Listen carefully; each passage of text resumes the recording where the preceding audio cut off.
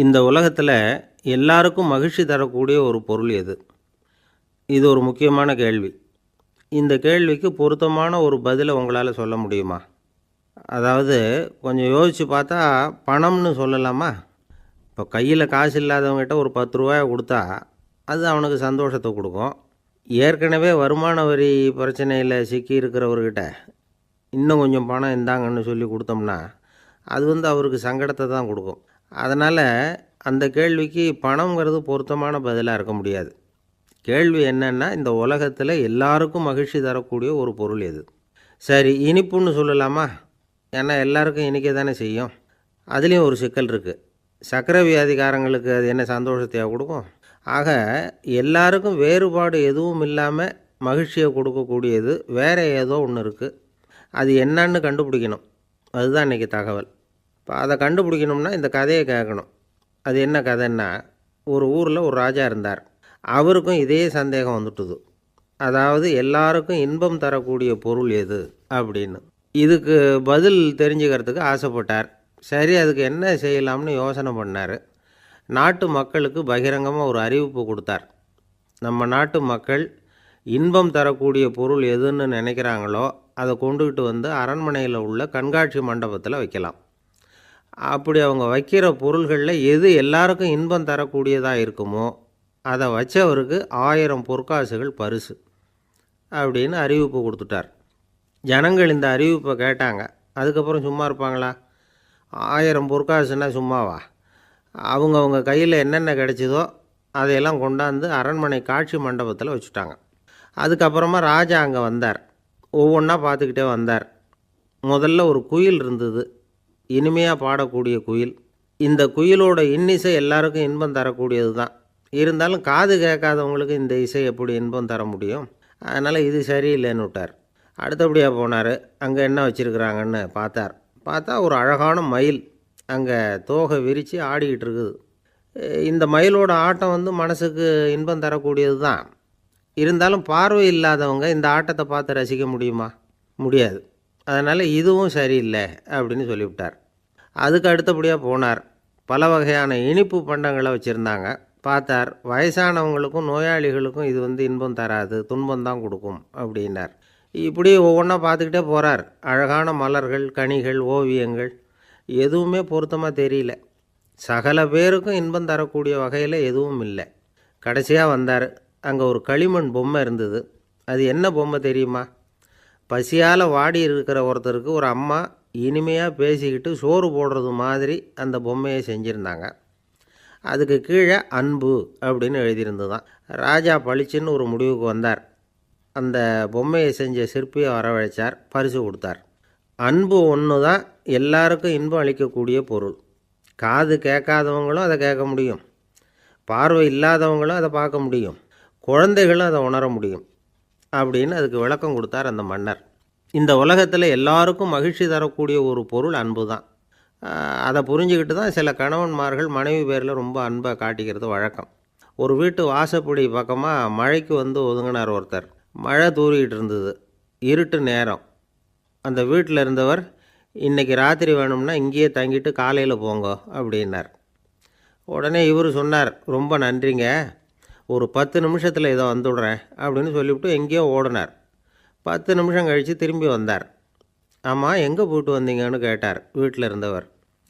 நேராக எங்கள் வீட்டுக்கு போய் மனைவிக்கிட்ட இன்றைக்கி ராத்திரி இங்கேயே தங்கிக்கிறேன்னு சொல்லிவிட்டு வந்துட்டேன் அப்படின்னார் அவர். அன்புல இது ஒரு ரகம். ஒருத்தர் ரொம்பவும் மகிழ்ச்சியாக வந்துக்கிட்டு இருந்தார். என்ன விஷயம்னு விசாரித்தேன். நான் தோற்று போயிட்டேன், அதுதான் மனசுக்கு மகிழ்ச்சியாக இருக்குது அப்படின்னார். எனக்கு இது ரொம்ப ஆச்சரியமாக போச்சு. இந்த உலகத்தில் தோற்று போகிறவங்க யாரும் மகிழ்ச்சியாக இருக்கிறதில்ல. அப்படி இருக்கிறப்ப இவர் இப்படி சொல்கிறாரே, எங்கே தோற்று போனீங்கன்னு கேட்டேன். அதுக்கப்புறம் தான் அவர் விவரமாக சொன்னார். என்னோட 5 வயசு குழந்தையோடு நான் விளையாடிக்கிட்டு இருந்தேன். அந்த விளையாட்டில் என் குழந்தை ஜெயிச்சுட்டுது, நான் தோற்று போயிட்டேன் அப்படின்னார் ரொம்ப உற்சாகமாக. நான் யோசித்து பார்த்தேன். அதாவது நாம் சின்ன குழந்தையாக இருக்கிறப்போ எந்த விளையாட்டில் கலந்துக்கிட்டாலும் அதில் நாம் தான் ஜெயிக்கணும்னு ஒரு வெறி நமக்குள்ளே இருக்கும். நம்மளை எதிர்த்து விளையாடுறவர் நல்லவரா கெட்டவரா, பெரியவரா சின்னவரா அப்படிங்கிறதெல்லாம் முக்கியம் கிடையாது. அவர் தோற்று போகணும், நாம் ஜெயிக்கணும், அதுதான் முக்கியம். எதிரியை சந்தோஷப்படுத்த விளையாடுகிற கலை அப்போ நமக்கு தெரியறதில்ல. வாழ்க்கையில் ஒரு பக்குவம் வந்ததுக்கு அப்புறம் வெற்றி பெறணுங்கிற மன அழுத்தம் போயிடுது. போட்டியில் ஜெயிக்கணுங்கிறத விட குழந்தையை சந்தோஷப்படுத்தணுங்கிறது முக்கியமாக போச்சு. ஜெயிக்கணுங்கிற வெறி ஓடி போட்டுது. ஒரு குழந்தையாக இருந்தப்போ நம்ம வளர்ச்சிக்கு உதவிய வெறி பெரியவனானதுக்கு பிறகு நமக்கு எதிரியாக மாறுது. அதை சரியான சமயத்தில் நாம் புரிஞ்சுக்கிட்டோம்னா போதும், நாம் பொழைச்சிக்கலாம். ஒவ்வொரு மனுஷனுமே வாழ்க்கையோட அடுத்த கட்ட வளர்ச்சியில் அடி எடுத்து வைக்கிற நேரத்தில் தன்கிட்ட இருந்து ஏதோ ஒரு குணத்தை அல்லது தன் குணம் இருந்த ஏதோ ஒரு உறவை நாம் இழக்கத்தான் வேண்டியிருக்குது. ஒரு கட்டம் வரைக்கும் உதவியாக இருந்த குணம் அடுத்த கட்டத்துக்கு தடையாக கூட மாறிடலாம். இந்த பரிமாண மாற்றத்துக்கு உள்ளாகிற ஒவ்வொருத்தரும் பிரத்யட்சமாக இதை உணர்றாங்க. ஆனால் பல பேர் எப்படின்னா பழசை திறந்துவிட்டு புதிய கொள்கைகளை உருவாக்கிக்கிறதுக்கு இஷ்டம் இல்லாமல் இருந்துடுறாங்க, அல்லது அப்படி செய்ய முடியாமல் தவிக்கிறாங்க. இதையெல்லாம் மீறி அந்த பழசை திறந்துட்டா அதை இழந்ததால் உண்டாகிற மன அழுத்தம் சில காலத்துக்கு வருத்திக்கிட்டு தான் இருக்கும், வேறு வழி இல்லை. ஆரோக்கியமான ஒரு முன்னேற்றத்துக்காக அந்த மன அழுத்தத்தை தாங்கிக்கத்தான் வேணும் அப்படிங்கிறாரு அந்த உலக புகழ்பெற்ற மேதை ஒருத்தர், இந்த ஸ்காட் பெக் அப்படிங்கிறவர். பிறந்த நாள் முதல் இதுதான் சரி அப்படின்னு கற்பிக்கப்பட்டு வந்த ஒவ்வொரு தத்துவத்தையும் தங்களுடைய வளர்ச்சிக்கு தகுந்த மாதிரி மாற்றி அர்த்தப்படுத்தி கொள்ள முடியாமல் வாழ்க்கை சூழலில் அப்படியே அரைப்பட்டு தூளாகிறவர்கள் தான் ரொம்ப தவிக்கிறாங்களாம்.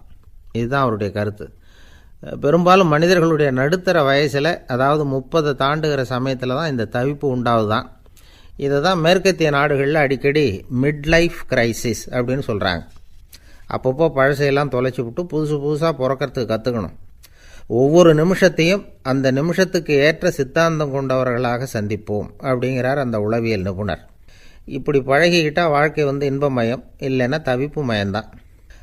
பழசை தொலைக்க முடியாதவர்களில் எத்தனையோ பேர் உண்டு, எத்தனையோ ரகம் உண்டு. அதில் வேடிக்கையான நண்பர்களும் உண்டு. ஒருத்தர் நண்பர் வீட்டுக்கு போனார். அவர் ஏதோ இனிப்பு பலகாரம் கொடுத்து சாப்பிட சொல்லியிருக்கிறாங்க அவங்க வீட்டில். இவர் சாப்பிட்டு பார்த்துட்டு சொன்னாராம், சார் 6 மாதத்துக்கு முன்னாடி ஒரு தடவை இங்கே வந்தேன், அப்போது ஒரு இனிப்பு பலகாரம் கொடுத்தீங்க, அது இதை விட நல்லா இருந்தது சார் அப்படின்னாராம்.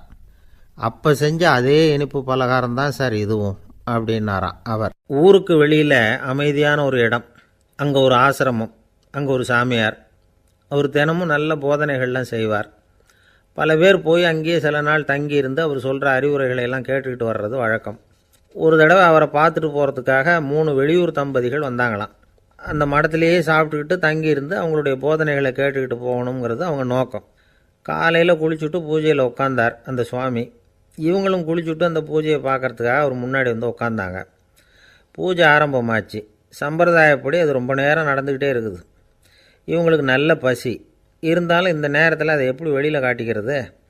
பேசாமல் இருந்தாங்க. அந்த சுவாமி பூஜையை முடித்தார். அதுக்கப்புறம் பேச ஆரம்பித்தார். பேச்சு அருமையாக தான் இருந்தது, அமிர்தமாக தான் இருந்தது. இருந்தாலும் இவங்களுக்கு இருக்கிற வயிற்று பசி அது சரியாக கவனிக்க விடலை. அந்த சுவாமியே இதை கவனித்ததாக தெரியல. இவங்களுக்கு மனசுக்குள்ளே ஒரு எண்ணம், உள்ளே சாப்பாடு தயாராகிட்டு இருக்கும் போல இருக்குது, இந்த பேச்சு முடிஞ்சதும் நம்மளை உள்ளே அழைச்சிட்டு போய் சாப்பாடு போடுவாங்கன்னு நினைக்கிறோம் அப்படின்னு இவங்களாம் நினச்சிக்கிட்டாங்க. ஆனால் சுவாமி இதை பற்றி எதுவுமே பேசலை, கண்டுக்கலை. ஒரு அம்மாவால் அதுக்கு மேலே சும்மா இருக்க முடியுமா? முடியல. சாப்பாட்டை கவனிக்கலாமா அப்படின்னு சொல்லி மெதுவாக ஆரம்பித்தாங்க. கவனிக்கலாமே அப்படின்னு உள்ளே அழைச்சிட்டு போனார் சுவாமி. இவங்க ரொம்ப அவசரமாக எழுந்திரிச்சு உள்ளே ஓடினாங்க. அங்கே ஒரு மேஜை மேலே ஒரு கிண்ணம் மூடி இருந்தது. இதுதான் சாப்பாட்டு மேஜை போல இருக்குது, இங்கே சாப்பாடு வந்துடும் அப்படின்னு நினச்சாங்க. உடனே போய் சுற்றி உட்காந்துக்கிட்டாங்க. சுவாமி அந்த கிண்ணத்தை எடுத்து அந்த அம்மா கிட்ட கொடுத்தார். அவங்க அதை வாங்கி மூடியை திறந்து பார்க்குறாங்க. உள்ளே ஒரு சாவி இருக்குது. சரிதான், இது சமையலறை சாவி போல் இருக்குது, அங்கே போய் அதை திறந்து சாப்பாட்டை நாமே எடுத்துக்கிட்டு இங்கே வச்சுக்கிட்டு சாப்பிட்ணும் போல இருக்குது அப்படின்னு நினச்சாங்க. சாவி இருக்கு இல்லையா, வாங்க பூட்டு நிறையா காட்டுறேன் அப்படின்னு சுவாமி அவங்கள அழைச்சிட்டு போனார், காட்டினார். இவங்க அந்த அறையை ரொம்ப ஆவலோடு திறந்தாங்க. உள்ளே பார்த்தா அங்கே அரிசி, பருப்பு, விதவிதமான காய்கறி எல்லாம் இருக்குது. சமையலுக்கு வேண்டிய மிளகாய், எண்ணெய், பால், தயிர், நெய் இப்படி எல்லாமே இருக்குது. அடுப்பு, விறகு, நெருப்பு போட்டி அது கூட அங்கே இருக்குது. சாப்பாடு தயாராக இருக்கும்னு நினச்சிக்கிட்டு போனால் இப்படி இருக்குதே அப்படின்னு சொல்லி அதை பார்த்ததும் ரொம்ப சோர்ந்து போட்டாங்க அவங்க. சுவாமி, என்ன இது சாப்பாடு இல்லையா அப்படின்னாங்க. அதுதான் சாப்பாட்டுக்கு வேண்டிய எல்லாம் இங்கே இருக்குதே, அடுப்பு மூட்டி நீங்கள் தான் அவங்கவுங்க ருசிக்கு தகுந்த மாதிரி சமைச்சிக்கணும். இந்த சன்னியாசிக்கு எப்படி சமைக்க தெரியும் அப்படின்னு கேட்டார் சுவாமி. சாப்பாடு தயாராக இருக்கும்னு நாங்கள் எதிர்பார்த்தோம் அப்படின்னாங்க. நீங்கள் இப்படி சொல்லுவீங்கன்னு நானும் எதிர்பார்த்தேன். இது வரைக்கும் நான் எவ்வளவோ தத்துவம்லாம் எடுத்து சொன்னேன். எல்லாத்தையும் விட இதுதான் அனுபவபூர்வமான தத்துவம். ஆண்டவன் நமக்கு நல்ல மனசை கொடுத்துருக்குறான், நல்ல வாய்ப்புகளையும் தந்திருக்கிறான், அதையெல்லாம் பயன்படுத்திக்கக்கூடிய மூளையையும் சிந்தனையையும் கொடுத்துருக்குறான். அதனால் அடுப்பை தான் நீங்கள் மூட்டணும். அடுப்பை நீங்கள் தான் மூட்டணும். உங்களுக்கு உகந்ததை நீங்கள் தான் சமைச்சு ருசித்து அனுபவிக்கணும். ஆண்டவனே அதை செஞ்சிகிட்டு இருக்க மாட்டான் அப்படின்னாராம் அந்த சுவாமி. நம்முடைய வாழ்க்கையில் பல நல்ல பலன்களை பெறுறதுக்கு நாம் தான் முயற்சி பண்ணணும். அதுக்குரிய சூழ்நிலையை தான் ஆண்டவன் கொடுப்பானே தவிர அதை விளக்கிறதுக்காக தான் அந்த சுவாமி அப்படி செஞ்சு காட்டியிருக்கிறார். இது ஒரு பெரியவர் இப்படி ஒரு விளக்கம் கொடுத்தார். அதுக்கப்புறம் அந்த 3 தம்பதிகளும் தெளிவடைஞ்சுட்டாங்களாம். நாம் தெளிவடைகிறது எப்போங்கிறது தான் தெரியல அப்படின்னு பல பேர் இதை கேட்டுட்டு சொல்லிகிட்டு இருக்கிறாங்க. இந்த கதையை நம்முடைய நண்பர் ஒருத்தர்கிட்ட சொன்னேன். அந்த நண்பர் ரொம்ப சந்தோஷப்பட்டார். நீங்கள் சொல்கிறது கரெக்டு சார், ஆனால் நான் அதை விட ஒரு படி மேலே சார். எனக்கெல்லாம் அரிசி பருப்பு இருக்கிற ரூம் எதுன்னு கையை காட்டிட்டா போதும், உடனே கிண்ணத்துலேருந்து சாவியை எடுத்து கொடுக்கணுங்கிற அவசியம்லாம் இல்லை எனக்கு. அப்புறம் எப்படி ரூமை திறந்துருவீங்க அப்படின்னு கேட்டேன். பூட்டை உடச்சி திறந்துருவேன், அதுதான் எனக்கு பழக்கம் அப்படிங்கிறார். ஒருத்தர் அவசரமாக போய்கிட்டு இருந்தார். எங்கே போய்கிட்டு இருக்கீங்க அப்படின்னு கேட்டார் ஒரு பெரியவர். கடைக்கு போகிறேன் சார், சாமான் வாங்கிறதுக்கு அப்படின்னார். அங்கே போகிறதுக்கு முன்னாடி தெரிஞ்சிக்க வேண்டியதெல்லாம் தெரிஞ்சுக்கிட்டீங்களா அப்படின்னு கேட்டார் பெரியவர். கடைக்கு போய் காசை கொடுத்து ஒரு பொருளை வாங்கிட்டு வரப்போகிறோம், இதில் தெரிஞ்சிக்க வேண்டியது என்ன இருக்குது அப்படின்னார் அலட்சியமாக. இப்போ அந்த பெரியவர் பேச ஆரம்பித்தார். இந்த உலகத்தில் எந்த ஒரு செயலில் இறங்குறப்பவும் நாம் நல்லா ஆலோசனை பண்ண வேண்டிய விஷயம் 5 அப்படின்னார். உதாரணமாக, ஒருத்தன் கடைக்கு போய் ஏதோ ஒரு பொருளை வாங்கிட்டு வர போகிறான்னு வச்சுக்கோங்களேன். அப்போ கூட அவன் 5 விஷயங்களை பற்றி தெரிஞ்சுக்க வேண்டியிருக்குது அப்படிங்கிறார் அவர். முதல்ல அந்த பொருள் எப்படிப்பட்டது அப்படிங்கிறத தெரிஞ்சுக்கணும். ரெண்டாவதாக தன்னை பற்றியும் தெரிஞ்சுக்கணும். அப்போ தான் அந்த பொருள் தனக்கு தேவையா இல்லையா அப்படிங்கிறத புரிஞ்சுக்க முடியும். மூணாவதாக தெரிஞ்சுக்க வேண்டியது ஒன்று இருக்குது. அது என்னென்னா, அந்த பொருளை அடையிறதுக்கு வழி என்ன அப்படிங்கிறத தெரிஞ்சுக்கணும். அதாவது எவ்வளவு பணம் கொடுத்தா அது கிடைக்கும், இது மாதிரியான விஷயங்கள். நாலாவதாக அந்த பொருளை அடையிறது மூலமாக நாம் அடையக்கூடிய பயன் என்ன அப்படிங்கிறதையும் உணரணும். அஞ்சாவது, அந்த பொருளை அடையிறதுல இருக்கக்கூடிய தடை எது அப்படிங்கிறதையும் நாம் தெரிஞ்சுக்கணும். பெரியவர் பேசுகிறது ஏதோ தத்துவம் மாதிரி தெரியுது இல்லையா? தத்துவம்தான். அதாவது இப்படி உலகியல் வாழ்க்கையில் சின்ன சின்ன விஷயங்கள்லேயே நாம் 5 விஷயங்களை தெரிஞ்சுக்க வேண்டியிருக்குது. அது ரொம்ப அவசியமாக இருக்குது. பேரின்ப நிலைன்னு சொல்கிறாங்கள்ல, அது மாதிரி பெரிய சமாச்சாரங்கள்லேயும் இந்த 5 விஷயங்களை நாம் தெரிஞ்சுக்க வேண்டியிருக்குது. அதுக்கு பேர் என்னன்னா அர்த்த பஞ்சகம். வைணவ சமயத்தில் அர்த்த பஞ்சகம்ங்கிறது ரொம்ப பெரிய விஷயம். கடைக்கு போகிறது மாதிரி கடவுளை பார்க்க போகிறப்பவும் நாம் 5 விஷயங்களை தெரிஞ்சுக்கணுமா. முதல்ல பரம்பொருள் அப்படிங்கிறது என்ன, அதோட தன்மைகள் என்ன, இதை தெரிஞ்சுக்கணும். இதுக்கு பேர் என்னென்னா பரமாத்ம ஸ்வரூபம் அப்படின்னு பேர். ரெண்டாவது, நாம் யார், நம்மோட தன்மை என்ன அப்படிங்கிறத தெரிஞ்சுக்கணும். நான் யாருன்னு எனக்கே தெரியலைங்கிறப்போ இதை நான் சொல்கிறேன்னு இது என்னுடையதுன்னு சொல்கிறது தப்பு தானே. அப்புறம் மூணாவது விஷயம், பரம்பொருளை நாம் அடையிறதுக்கு வழி எது, இதை தெரிஞ்சுக்கணும். இது உபாய ஸ்வரூபம் அப்படின்னு பேர். நாலாவது விஷயம், நாம் அடைய வேண்டிய பயன்கள் என்ன அப்படிங்கிறத தெரிஞ்சுக்கிறது. இதுக்கு புருஷார்த்தம் அப்படின்னு பேர். அஞ்சாவது, அந்த பயனை அடைய விடாமல் தடுக்கிற தடைகள் யாவை அப்படிங்கிறத தெரிஞ்சுக்கிறது. இது விரோதி ஸ்வரூபம். இதைத்தான் தடையியல் அப்படின்னு சொல்கிறாங்க. அதாவது பரமாத்மாவை பற்றிய அறிவு, ஜீவாத்மாவை பற்றிய அறிவு, உபாயம் பற்றிய அறிவு, புருஷார்த்தம் பற்றிய அறிவு, இந்த 4 அறிவுக்கும் எதிரடையாக, அதாவது அதையெல்லாம் தப்பாக புரிஞ்சுக்கிறதால உண்டாகக்கூடிய அறிவு விரோதி ஸ்வரூபம். என்ன இது தகவலில் ஏதாவது கதை சொல்லுவீங்கன்னு பார்த்தா ஏதோ தத்துவம் பேசிகிட்டு இருக்கிறீங்களே அப்படின்னு நினைக்கலாம். இதுவும் தெரிஞ்சிக்க வேண்டிய ஒரு பெரிய விஷயந்தான். காதில் போட்டு வச்சா எப்போவாவது உபயோகப்படும். என்னுடைய நண்பர் ஒருத்தர் ஒரு நாள் என்கிட்ட சொன்னார், சார் அடுத்த மாதம் தஞ்சாவூரில் ஒரு கல்யாணம், போகிறதா வேண்டாமா அப்படின்னு ஒரே குழப்பமாக இருக்குது அப்படின்னார். நான் உடனே இந்த அர்த்த பஞ்சக உபதேசம் பண்ண ஆரம்பித்தேன். அவர் எல்லாத்தையும் பொறுமையாக கேட்டுவிட்டு, சரி சார், நான் போகிறதுன்னு முடிவு பண்ணிவிட்டேன்னார். எப்படி இந்த முடிவுக்கு வந்தீங்க அப்படின்னு கேட்டேன். அவர் சொன்னார், சார் அந்த 2வது பாயிண்ட் ஒன்று சொன்னீங்களே, அதை புரிஞ்சுக்கிட்டதுக்கு அப்புறம்தான் இந்த முடிவுக்கு வந்தேன் அப்படின்னார். என்ன 2வது பாயிண்ட்டுன்னு? அதாவது தன்னை பற்றி புரிஞ்சுக்கணும் அப்படின்னு சொன்னீங்க. உடனே என்னை பற்றி புரிஞ்சுக்கிட்டேன். நான் யாருங்கிறது எனக்கு தெரிஞ்சுது. உடனே போகிறது தான் நல்லதுன்னு முடிவு பண்ணிவிட்டேன்னார். நீங்கள் யாருன்னு கேட்டேன். நான் தான் சார் அந்த கல்யாணத்தில் தாலி கட்ட வேண்டிய மாப்பிள்ளை அப்படின்னார். ஒரு அப்பாவுக்கு 2 பிள்ளைங்க. மூத்தவன் ரொம்ப அடக்கம். அப்பா எது சொன்னாலும் கேட்பான். பெரியவங்களுக்கு கீழ்ப்படிஞ்சு நடப்பான். இளையவன் அப்படி இல்லை. தான் நினச்சதை தான் சொல்லுவான், செய்வான். அடுத்தவங்க சொல்கிறத கேட்க மாட்டான், அடங்கி நடக்க மாட்டான். இந்த 2 பேரில் யாரை உங்களுக்கு பிடிக்கும்? பெரியவனை தான் பிடிக்கும். ஏன்னா அவன் தான் சொல்கிற பேச்சை கேட்குறவன் அப்படின்னு சொல்லுவீங்க. ஆனால் ஒரு ஞானி என்ன சொல்கிறார் தெரியுமா? ஒரு குழந்தை அதன் அறிவுக்காக மதிக்கப்பட வேண்டுமே தவிர அதனுடைய கீழ்ப்படியும் தன்மைக்காக அல்ல அப்படிங்கிறார். நம்ம குழந்தைகளை சுயமாக சிந்திக்கிறதுக்கு நாம் விடுறதில்லை. மற்றவங்கள பார்த்து காப்பி அடிக்கிறதுக்கு தான் நாம் அவங்களுக்கு கற்றுக் கொடுக்குறோம். புகழ்பெற்ற மனிதர்கள் சிலருடைய பேரை சொல்லி நீயும் அவர் மாதிரி ஆகணும், இவர் மாதிரி ஆகணும் அப்படின்னு சொல்லிகிட்டே இருக்கிறோம். குழந்தைகள் தங்களுடைய தனித்தன்மையை வளர்த்துக்கிறதுக்கு நாம் தடையாக இருக்கிறோம். ஒரு குழந்தைகிட்ட அனாவசியமாக நம்பிக்கையை வளர்த்துடக்கூடாது. எந்த கோட்பாட்டையும் திணிக்கக்கூடாது. நாம் ஏற்கனவே அர்த்தமில்லாத கருத்துக்களையும் கொள்கைகளையும் மனசில் போட்டு நிரப்பி வச்சிருக்கிறோம். இந்த உலகத்துக்கு புதுசாக சேர்ந்திருக்கிற ஒரு குழந்தையின் தூய்மையான மனசில் நம்ம கருத்துக்களை அறிமுகம் செய்ய அல்லது திணிக்கிறதுக்கு நமக்கு எந்த அதிகாரமும் கிடையாது. ஒரு குழந்தைய நீ இந்த மதத்தை சேர்ந்தவன் அப்படின்னு பிறந்ததுமே ஒரு முத்திரை குத்தி விடுறோம். இது அதோட சுதந்திரத்தை ஆரம்பத்திலேயே கிள்ளி எறிகிறது மாதிரி தான். நீங்கள் ஒரு மதத்தின் வழிமுறைகளை கடைப்பிடிச்சிக்கிட்டு வர்றீங்க, அந்த வழியில் போய்கிட்டு இருக்கிறீங்க, சரி, அதனால் போகிறீங்க. அதுக்காக உங்கள் குழந்தையையும் அதே வழியில் தான் வரணும் அப்படின்னு கட்டாயப்படுத்துறதுக்கு உங்களுக்கு என்ன உரிமை இருக்குது? அந்த குழந்தை சுயமாக சிந்திச்சு ஒரு முடிவுக்கு வரட்டுமே, அதுக்கு நீங்கள் ஏன் தடையாக இருக்கிறீங்க? நமக்கு உண்மையிலேயே நம்ம குழந்தை மேலே அன்பு இருந்தால் இது மாதிரி திணிப்பு வேலைகளை செய்யக்கூடாது. திணிப்பு வேலைகளிலிருந்து குழந்தைகளை காப்பாற்றினா போதும். அதுதான் ரொம்ப முக்கியம். அடுத்த தலைமுறை அற்புதமான தலைமுறையாக உருவாகும்.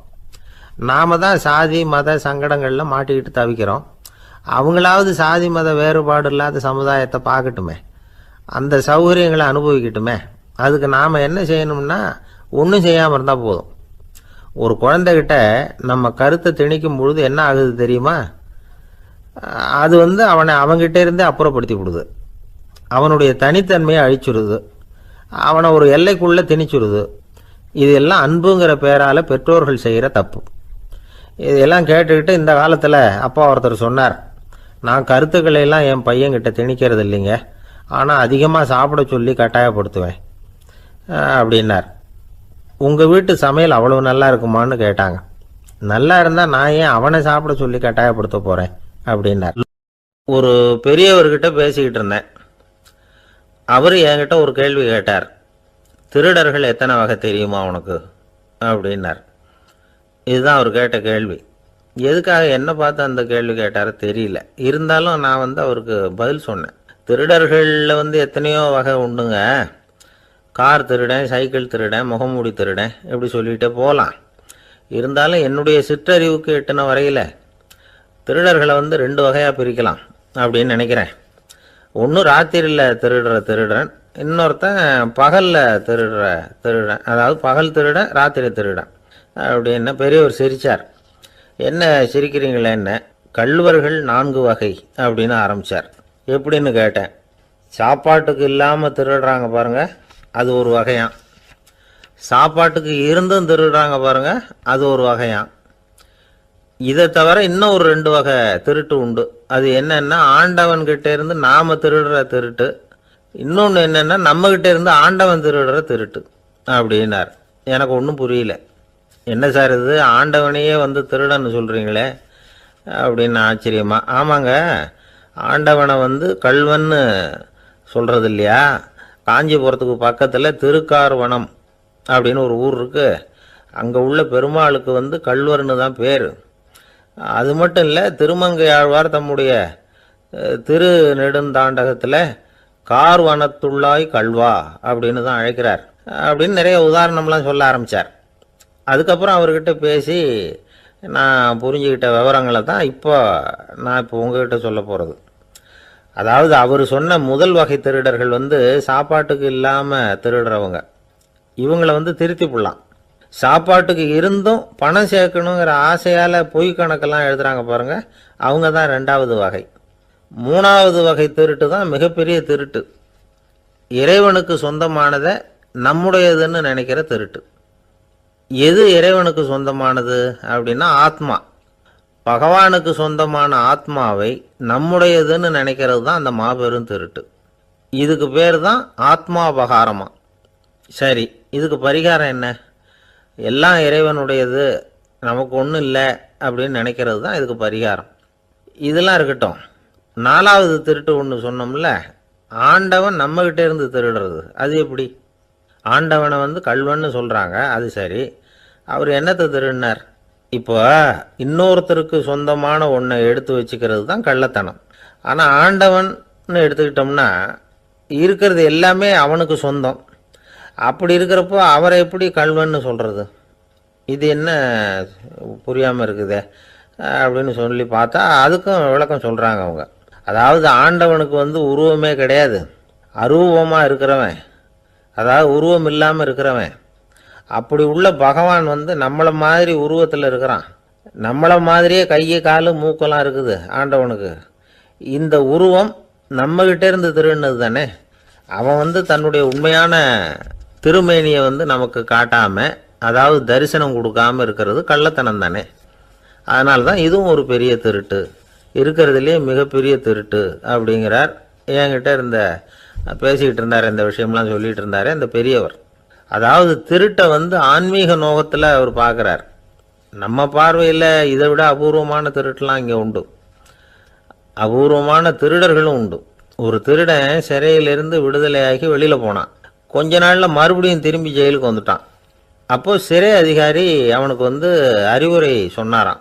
ஏன்பா இப்படி அடிக்கடி தப்பு பண்ணிவிட்டு ஜெயிலுக்கு வந்துவிடுறியே, உனக்கு சொந்த பந்தம் எதுவும் இல்லையா? உனக்கு அப்பா, அண்ணன், தம்பிகள் அவங்க கூட எல்லாம் சேர்ந்து வாழணுங்கிற ஆசை இல்லையா அப்படின்னு கேட்டிருக்கார். அவங்களோட சேர்ந்து வாழணுங்கிற ஆசை எனக்கு நிறைய உண்டுங்க சார் அப்படின்னு அவன். அப்புறம் எதுக்கு இப்படி ஜெயிலுக்கு வந்துவிடுற அப்படின்னாரான் அவர். அவங்க எல்லாருமே இங்கே தானே சார் இருக்காங்க அப்படின்னு அவன். இந்த உலகத்தில் எல்லாருக்கும் மகிழ்ச்சி தரக்கூடிய ஒரு பொருள் எது? இது ஒரு முக்கியமான கேள்வி.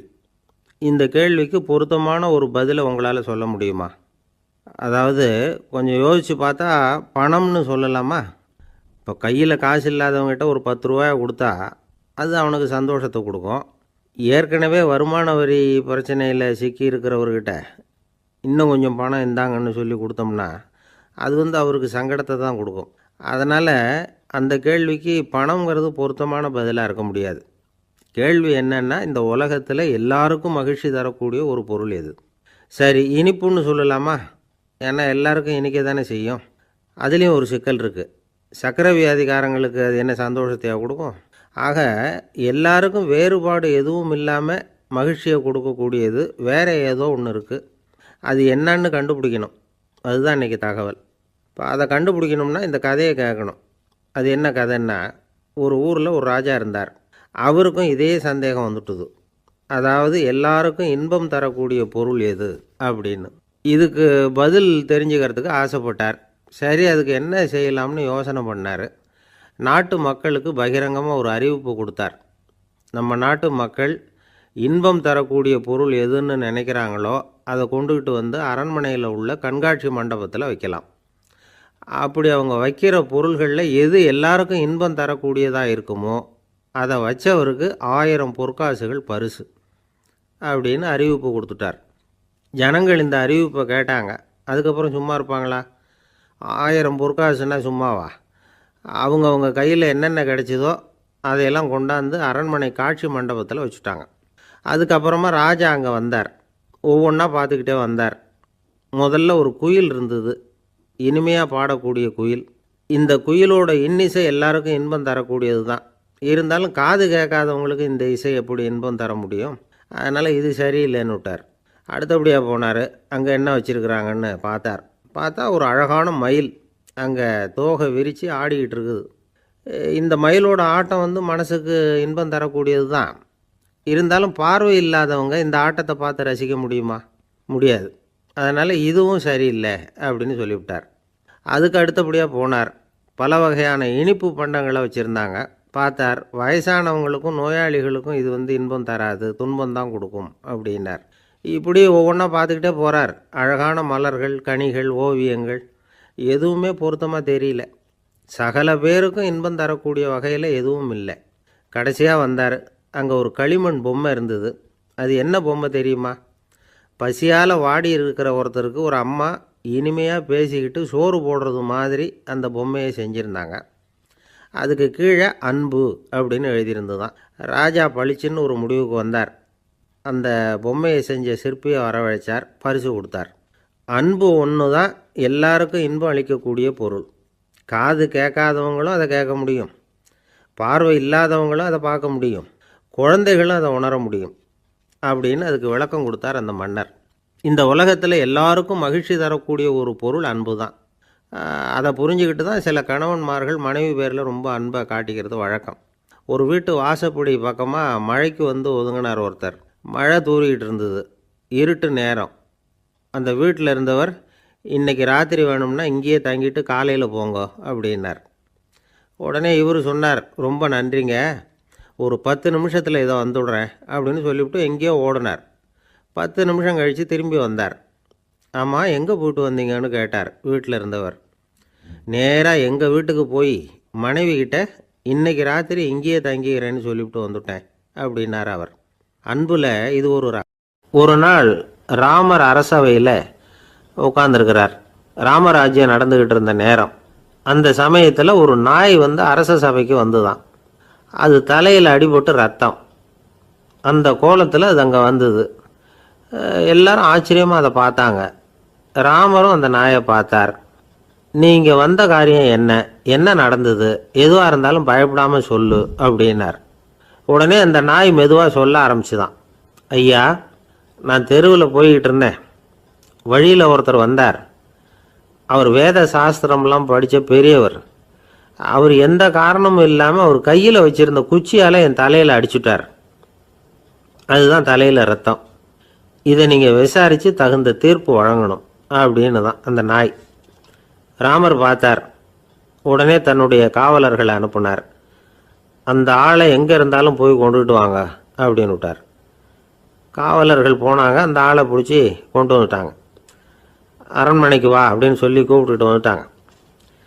என்ன நடந்ததுன்னு விசாரித்தார் ராமர். அதுக்கு அந்த ஆள் சொன்னார், நான் வீதி வழியாக வந்துக்கிட்டு இருந்தேன். குறுக்க இந்த நாய் வந்தது. நான் அவசரமாக போய்கிட்டு இருந்தேன். இது எனக்கு வழி விடாமல் குறுக்க பூந்து இடைஞ்சல் பண்ணிச்சு. எனக்கு கோபம் வந்துட்டுது. அதனால் அடிச்சுட்டேன். வேத சாஸ்திரம் படித்த நான் என் வசம் இழந்து கோபப்பட்டது பெரிய தப்பு தான். அதை நான் ஒத்துக்கிறேன். குற்றத்தை ஒப்புக்கொள்கிறேன். எனக்கு என்ன தண்டனை கொடுக்கணுமோ அதை கொடுங்க, ஏற்றுக்கிறேன் அப்படின்னு விட்டார். சரி, இப்போ அந்த ஆளுக்கு தண்டனை கொடுக்கணும். என்ன தண்டனை கொடுக்கறது யோசனை பண்ணார் ராமர். அதையும் அந்த நாய்கிட்டே கேட்டார். நீயே சொல்லு, என்ன தண்டனை கொடுக்கலாம் இவருக்கு அப்படின்னார். இதுக்கு அந்த நாய் என்ன சொல்லிச்சு தெரியுமா? இவரை ஏதாவது ஒரு கோயிலுக்கு தர்மகர்த்தாவாக நியமனம் பண்ணிவிடுங்க, அதுதான் இவருக்கு சரியான தண்டனை அப்படின்னுது. இதை கேட்டது ராமர் முகத்தில் புன்னகை. ஆனால் அங்கே இருந்த மற்றவங்களுக்கெல்லாம் ஆச்சரியம். அது எப்படி தப்பு செஞ்சவங்களுக்கு தண்டனை கொடுக்கறது தானே நியாயம், அதை விட்டுட்டு தர்மகர்த்தா பதவியை கொடுக்க சொல்லுது இந்த நாய் அப்படிங்கிற ஆச்சரியம். இந்த சந்தேகத்தை அந்த நாய்கிட்டேயே கேட்டாங்க அங்கே இருந்தவங்க. இதுக்கு அந்த நாய் பதில் சொல்லிச்சான். நான் போன பிறவியில் ஒரு கோயிலுக்கு தர்மகர்த்தாவாக இருந்தேன். எவ்வளவோ கவனமாக எச்சரிக்கையாக தான் என்னுடைய கடமைகளெல்லாம் செஞ்சுக்கிட்டு வந்தேன். அப்படி இருந்தாலும் சில சமயங்களில் என்னையும் மீறி கோயில் செல்வத்தை நான் அனுபவிக்கிறதுக்கு காரணமாயிட்டேன். ஒரு கோவிலுக்கு தர்மகர்த்தாவாக இருக்கிறவங்க எப்படியும் இந்த பாவத்திலேருந்து தப்பிக்கிறது கஷ்டம். அதனால தான் நான் இந்த பிறவியில் நாயாக பிறந்து இப்படி கஷ்டப்படுறேன். இதே நிலைமை இந்த ஆளுக்கும் ஏற்படணும் அப்படிங்கிறதுக்காக தான் அவரையும் ஒரு கோயிலுக்கு தர்மகர்த்தாவை நியமிக்கும்படி கேட்டுக்கிட்டேன் அப்படின்னு தான் இந்த நாய். இதிலேருந்து என்ன தெரியுது? எந்த பதவியில் நாம் இருந்தாலும் நமக்கு தெரியாமல் கூட அதை தவறாக உபயோகப்படுத்தக்கூடாதுங்கிறத இதிலேருந்து புரிஞ்சுக்கணும். இல்லைன்னா அடுத்த பிறவியில் நாயாக பிறந்து எங்கேயாவது போய் வாழை ஆட்டிகிட்டு நிற்க வேண்டியது தான்.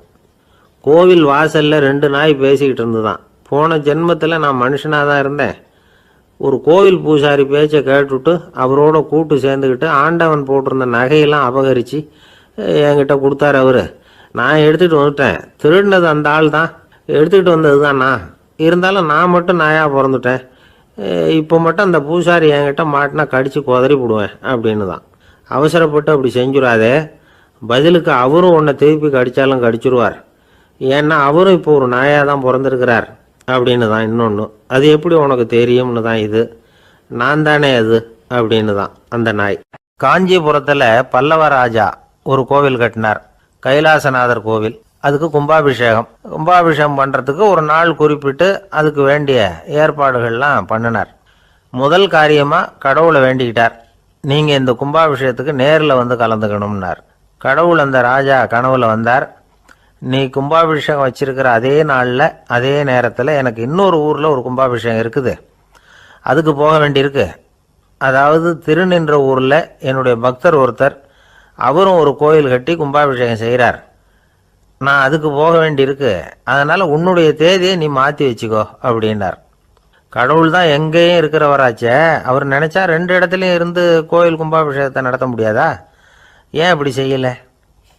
அது ஒரு முக்கியமான காரணத்துக்காக தான். திருநின்ற ஊரில் இருந்த பூசலாருங்கிற அந்த அடியாரின் பெருமையை இந்த உலகத்துக்கு எடுத்து காட்டணுங்கிறதுக்காகத்தான் கடவுள் அந்த ராஜா கிட்ட அப்படி சொன்னார். சரி, அந்த அடியார் அப்படி என்னதான் பெருசாக கோயில் கட்டிவிட்டார்? ராஜா கட்டின கோயிலை விட பெருசா? அவர் கட்டினது கருங்கல்லாலேயோ மண்ணாலேயோ மரத்தாலேயோ இல்லை. அவர் கட்டின கோயில் வேறு மாதிரி. அது மனசால கட்டின கோயில், மனசுக்குள்ளே இருக்கிற கோவில், மனக்கோவில். அந்த அடியார் தன்னோட மனசுக்குள்ளே மாதக்கணக்காக ஒவ்வொரு கல்லாக சேர்த்து கட்டின கோவில். இந்த விஷயம் ராஜாவுக்கு தெரியாது. அவர் என்ன நினச்சுட்டாரு, அது நாம் கட்டின கற்கோயிலை விட ரொம்ப பெருசாக இருக்கும் போல இருக்கு அப்படின்னு நினச்சிட்டார். சரி, அப்பேற்பட்ட அந்த கோயிலை தரிசனம் பண்ணிவிட்டு வருவோம் அப்படின்னு நினச்சி ராஜா திருநின்ற ஊருக்கு போகிறார். அங்கே போய் பார்த்தா கோயிலையும் காணும், ஒன்றையும் காணும். கடைசியில் பூசலார் கட்டின மனக்கோவில் தான் அதுங்கிறத அவர் புரிஞ்சுக்கிறார். உடனே அந்த அடியாரின் காலில் விழுந்து வணங்குறார். அவரோ, இது மனசால முயன்ற கோவில், இதுக்கு இத்தனை பெருமையா அப்படின்னு ஆச்சரியப்படுறார். இதில் ஆச்சரியப்படுறதுக்கு ஒன்றும் இல்லை. ஆண்டவன் விரும்புறது அகபக்தியையே தவிர புற தோற்றங்களே அல்ல. இதை நாம் புரிஞ்சுக்கிட்டோம்னா நமக்குள்ள எந்த வேறுபாடுகளும் வர்றதுக்கு வழியே இல்லை. இன்னொரு ராஜா இருந்தார். அவர் ஆண்டவனுக்கு படைக்கிறதுக்காக ஒரு தார் நல்ல செவ்வாழை பழமாக எடுத்துக்கிட்டு போகணும்னு நினச்சார். அதனால் முத நாளே அதை வாங்கிட்டு வர சொன்னார் வேலைக்காரங்கிட்ட. வேலைக்காரன் போனால் கடைத்தெருவில் ஒரு தார் பழம் வாங்கினான். வர்ற வழியில் அவன் குடிசை. அப்படியே எட்டி பார்த்துட்டு போவோமேன்னு நினச்சான். போனான். அங்கே இவனோட குழந்தை பாவம் பசியால் கத்திக்கிட்டு இருக்கு. இவன் பார்த்தான், இவ்வளவு பெரிய தாரில் ஒரு 2 பழம் எடுத்தா தெரியவா போகுது அப்படின்னு நினச்சி ஒரு 2 பழத்தை பிச்சு அந்த குழந்தைகிட்ட கொடுத்தான். அது அதை வாங்கி வயிறார சாப்பிட்டுது. பசி அடங்குச்சு, விளையாட போயிட்டுது. இவன் அதுக்கப்புறம் வாழைப்பழத்தை எடுத்துக்கிட்டு அரண்மனைக்கு வந்தான்.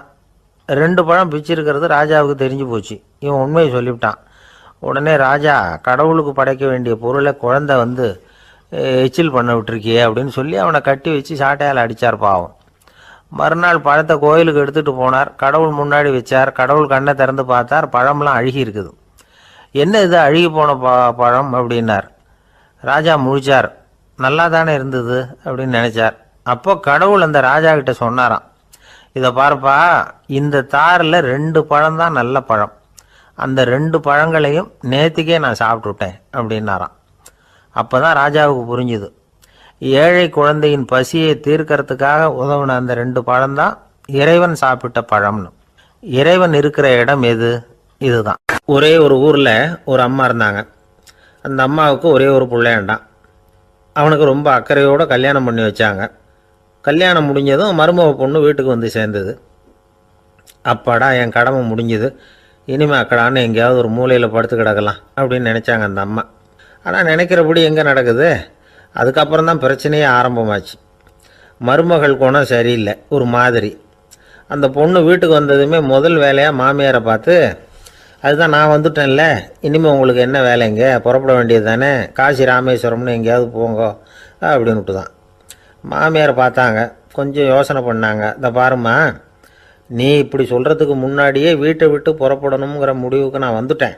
வீட்டை மட்டும் இல்லை, இந்த உலகத்தை விட்டே கூட போகிறதுக்கு தயாராக இருக்கிறேன். ஆனால் ஒரே ஒரு விஷயத்துக்காக என் உயிரை கையில் பிடிச்சிக்கிட்டு இருக்கிறேன் அப்படின்னாங்களாம். என்ன விஷயம்னு கேட்டது இந்த மருமக பொண்ணு. வேற ஒன்றும் இல்லை, என் பிள்ளைக்கு கல்யாணம் பண்ணி வச்சுட்டேன்.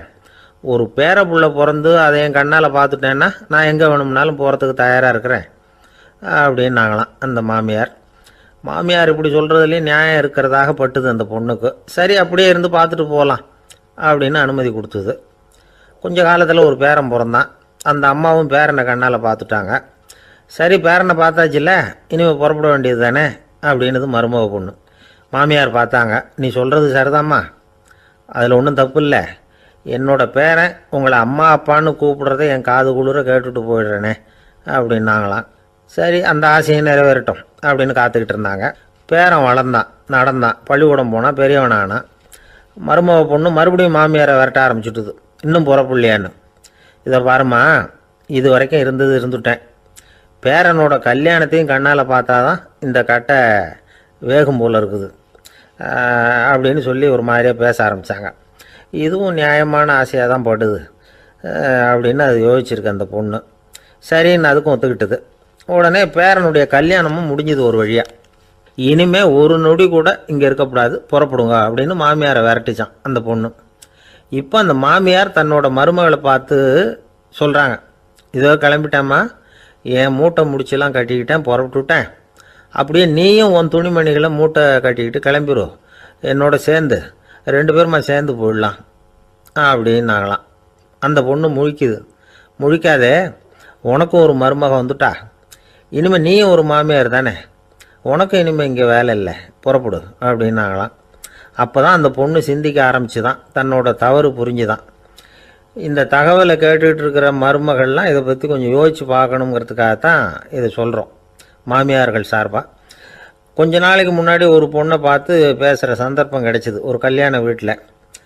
அந்த பொண்ணு சொல்லிச்சு, சார் எனக்கு கல்யாணம் ஆகி 15 வருஷம் ஆகுது, நான் மாமியார்கிட்ட சண்டை போட்டதே இல்லை அப்படின்னு ரொம்ப அடக்கமாக சொல்லிச்சு. அது எப்படிம்மா சாத்தியமாச்சுன்னு கேட்டோம். எனக்கு கல்யாணம் ஆகி 15 வருஷம்தான் ஆச்சு, ஆனால் என் மாமியார் செத்து போய் 20 வருஷத்துக்கு மேலே ஆகிட்டுது. நம்மக்கிட்ட ஒருத்தன் தப்பாக நடந்துக்கிட்டானா உடனே நாம் என்ன செய்வோம், கையை ஓங்கிட்டு அவனை அடிக்க போவோம். நாம் அவங்ககிட்ட அவனை விட ஒருபடி மேலே தப்பாக நடந்துக்குவோம். ஆனால் பெரியவங்கள்லாம் அப்படி நடந்துக்கிறது இல்லை. இன்னா செய்தாரை ஒருத்தல் அவர் நாண நன்னயம் செய்து விடல் அப்படின்னு வள்ளுவர் சொல்லியிருக்கார் இல்லையா, அதுக்கு தகுந்த மாதிரி நடந்துக்குவாங்க. பாயசித் விஸ்தாமிங்கிறவர் ஒரு பெரிய ஞானி.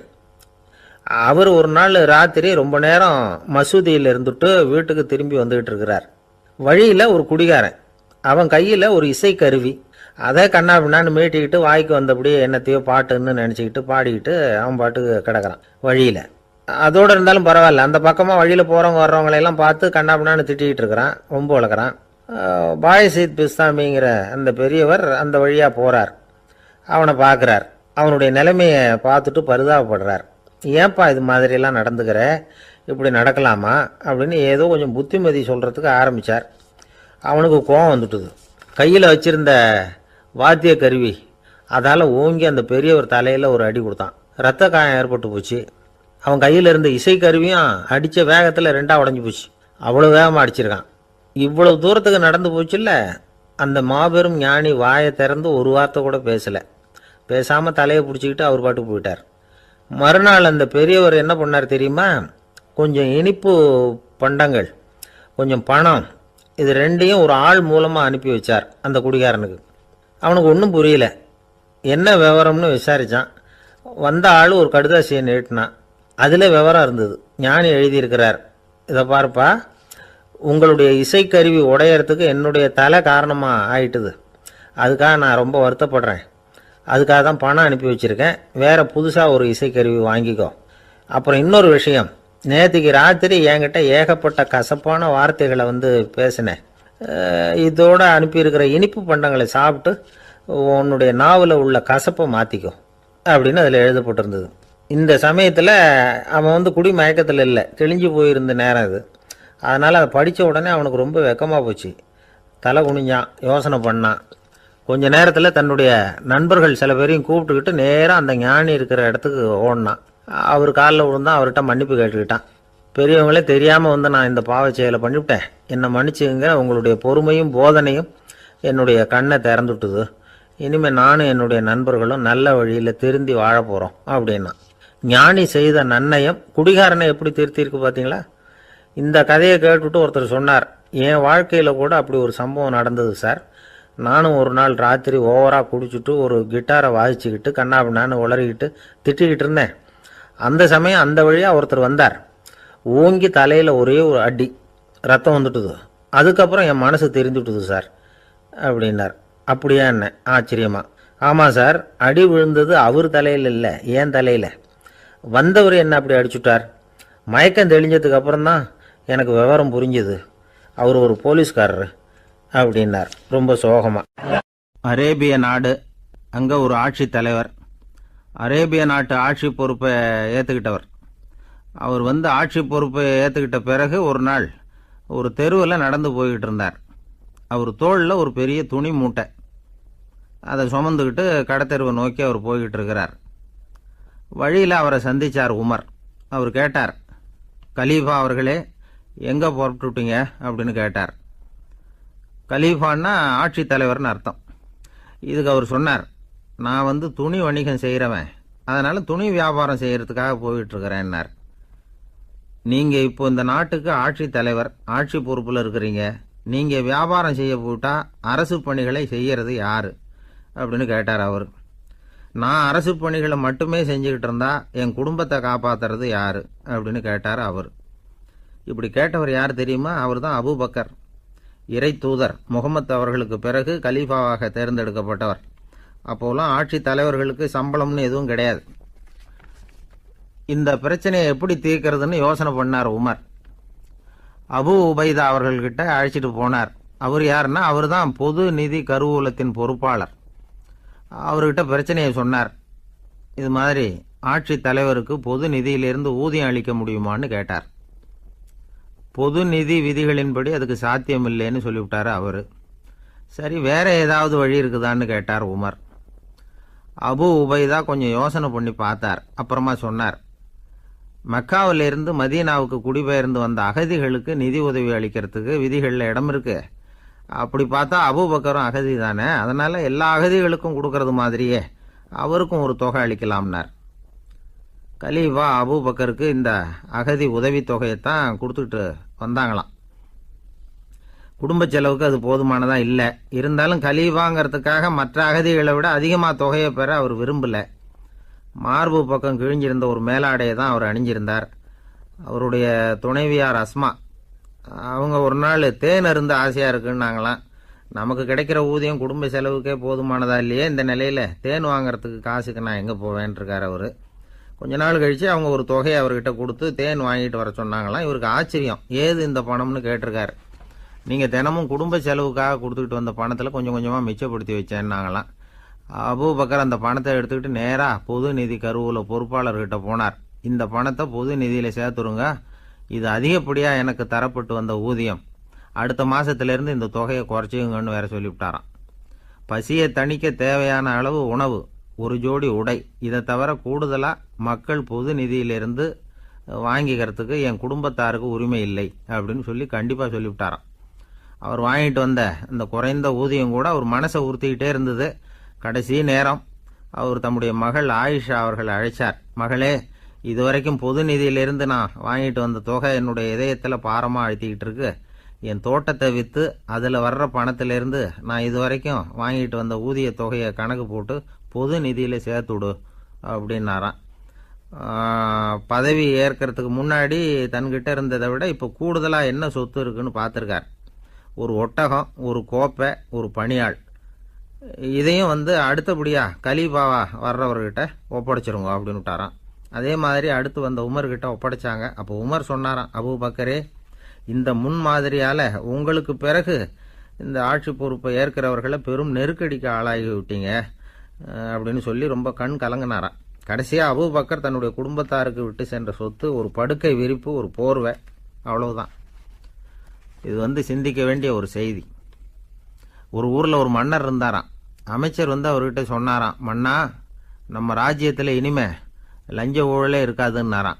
ஆஹா, அப்படின்னா ஊழல் பேர் வழிகளையெல்லாம் நாடு கடத்தியாச்சா அப்படின்னு கேட்டிருக்காரு மன்னர். இதுக்கு அவர், அப்படி இல்லைங்க, இனிமே கொடுக்கறதுக்கு ஜனங்கள்கிட்ட பணமே இல்லை அப்படின்னு. ஒரு ஊரில் ஒரு மன்னன் இருந்தான், கொடுங்கோல் மன்னன். நிறைய தொந்தரவு பண்ணிக்கிட்டு இருந்தான். அவன் ஒரு தடவை என்ன பண்ணான் தெரியுமா? ஒரு தப்பும் பண்ணாத ஒரு இளைஞனை பிடிச்சி ஜெயிலில் அடைச்சுட்டான். அந்த பையனோட சொந்தக்காரங்கள்லாம் ராஜா கிட்ட போனாங்க. அவன் ஒரு தவறும் பண்ணலை, அவனை விடுதலை பண்ணுங்க அப்படின்னு கெஞ்சி கேட்டுக்கிட்டாங்க. மன்னன் யோசனை பண்ணான். அந்த இளைஞனை கூப்பிட்டுக்கிட்டு வர சொன்னான். அவனை கொண்டாந்து ராஜா முன்னாடி நிறுத்தினாங்க. இதை பாருப்பா, உன்னை நான் விடுதலை பண்ணுவேன், ஆனால் ஒரு கண்டிஷன். அந்த நிபந்தனையை நீ நிறைவேற்றினா உனக்கு விடுதலை அப்படின்னா மன்னன். சரின்னு ஒத்துக்கிட்டான் பையன். மன்னன் கண்டிஷன் என்னங்கிறத சொன்னான். உங்ககிட்ட ஒரு செம்மறி ஆட்டை கொடுக்க போகிறேன். 1 மாதத்துக்கு அதுக்கு தேவையான தீனியையும் கொடுக்க போகிறேன். 1 மாதம் கழித்து அந்த ஆட்டை எடை போட்டு பார்ப்பேன். அந்த ஆட்டின் எடை கொஞ்சம் கூட கூடி இருக்கக்கூடாது. எடை கூடி இருந்தால் உனக்கு விடுதலை கிடையாது. என்ன சொல்கிற அப்படின்னா. பையனுக்கு ஒன்றும் புரியல, பயமாக போயிட்டுது. குழம்பிக்கிட்டே நின்றுக்கிட்டு இருக்கிறான். சரி, ஒரு நாள் டைம் தரேன், நல்லா யோசனை பண்ணி பார்த்துட்டு நாளைக்கு உன் முடிவை சொல்லு அப்படின்னா மன்னன். பையன் கவலையோடு வெளியில் வந்தான். அங்கே ஒரு பெரியவர் நின்றுக்கிட்டு இருந்தார். அவர்கிட்ட விஷயத்தை சொன்னான். அந்த பெரியவர் இந்த பையனுக்கு காதோட காதாக ஒரு வழியை சொல்லி கொடுத்தார். அதை கேட்டதும் பையன் மறுபடியும் மன்னன் முன்னாடி நின்னா, உங்கள் நிபந்தனையை ஏற்றுக்கிறேன்னு சொன்னான்.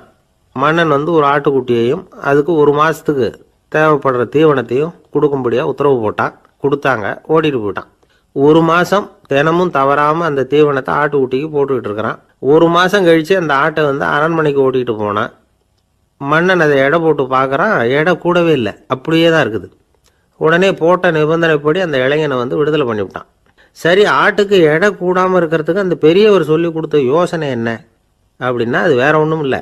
அந்த ஆட்டுக்கு எதிரில் அது கண்ணில் படுற மாதிரி ஒரு ஓநாயை கட்டி போட சொன்னார். அவ்வளவுதான். ஆட்டுக்கு ஓநாய்ங்கிறது பிறவி பகை. ஓநாயை பார்த்தா ஆடு நடுங்க ஆரம்பிச்சிரும், அவ்வளவு பயம். தினமும் அந்த ஆடு பயந்துக்கிட்டே தேனி சாப்பிட்டுது, எடை கூடல. அதுதான் ரகசியம். இது சின்ன பிள்ளைங்களுக்கான ஒரு கதை. இதிலேருந்து தெரிஞ்சுக்க வேண்டிய உண்மை என்னன்னா, நாமெல்லாம் சாப்பிட்றப்ப மனசும் உடம்பும் அமைதியாக இருக்கணும். அப்போ தான் அது உடம்புல ஒட்டும். அவசரத்துலையும் பயத்துலையும் சாப்பிட்டா அது சரியா ஜீரணம் ஆகாது. இன்னொரு ராஜா இருந்தார். அவரும் ஒரு இளைஞனை ஜெயிலில் அடைச்சி விட்டார். விடுதலை பண்ணணும்னா ஒரு கண்டிஷன்னார். என்னன்னு கேட்டான். ஒரு ஆட்டுக்குட்டியை அவன் முன்னாடி கொண்டாந்து நிறுத்துவேன், நீ அதுக்கிட்ட ஒரு கேள்வி கேட்கணும், அதுக்கு சரியான பதிலை சொல்லணும். அப்படி செஞ்சுட்டா உனக்கு விடுதலைன்னார். இளைஞன் யோசனை பண்ணி பார்த்தான்.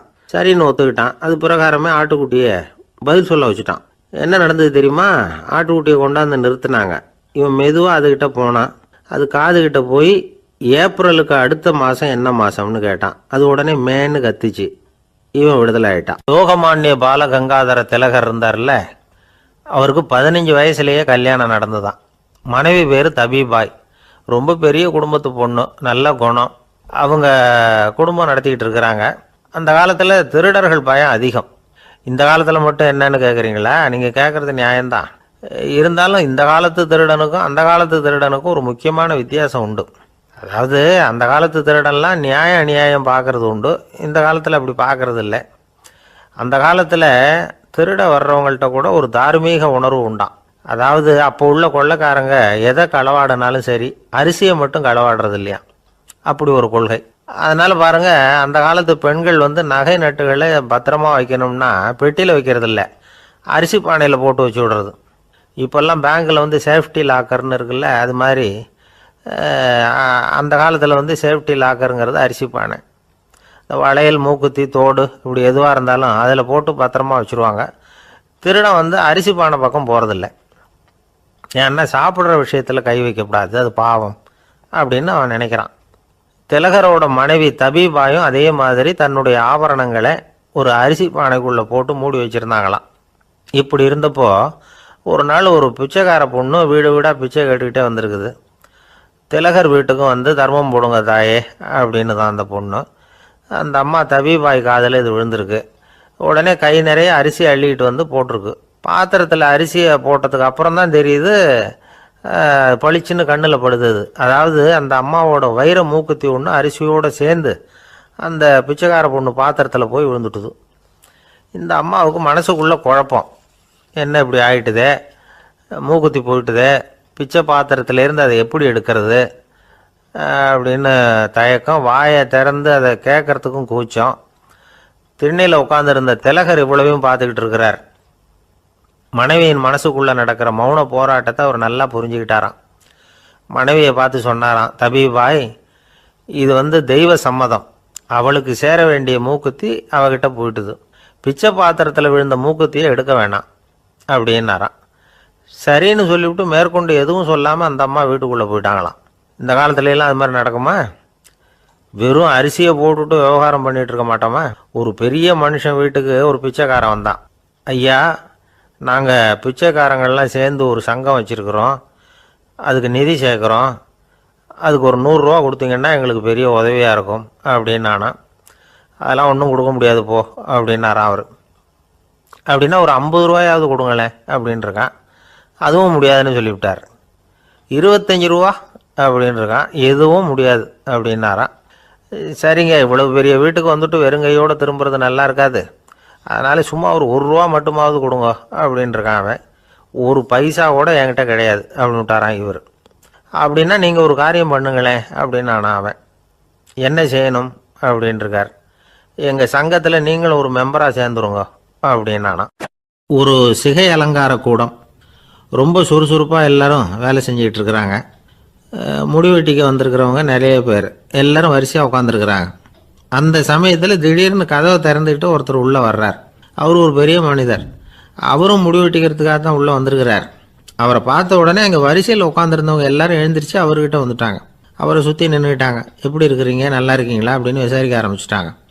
எல்லாம் முடிஞ்சதும் வந்தவர் கேட்டார், வரிசையில் கடைசியாக இருக்கிறவர் யார் அப்படின்னு கேட்டார். ஏன்னு கேட்டாங்க. நான் அதுக்கு அடுத்தபடியாக உட்காரணும், அதுக்காக தான் கேட்குறேன் அப்படின்னார். உடனே அங்கே இருந்தவங்கள்லாம் என்ன சொன்னாங்க தெரியுமா? நீங்கள் வரிசையில் காத்திருக்கக்கூடாது, நீங்கள் அரசாங்கத்தின் தலைவர், உங்களுக்கு நேரம் முக்கியம், அதனால் நீங்கள் முன்னாடி போங்க அப்படின்னு சொன்னாங்க. ஆனால் அதை அவர் கேட்கல.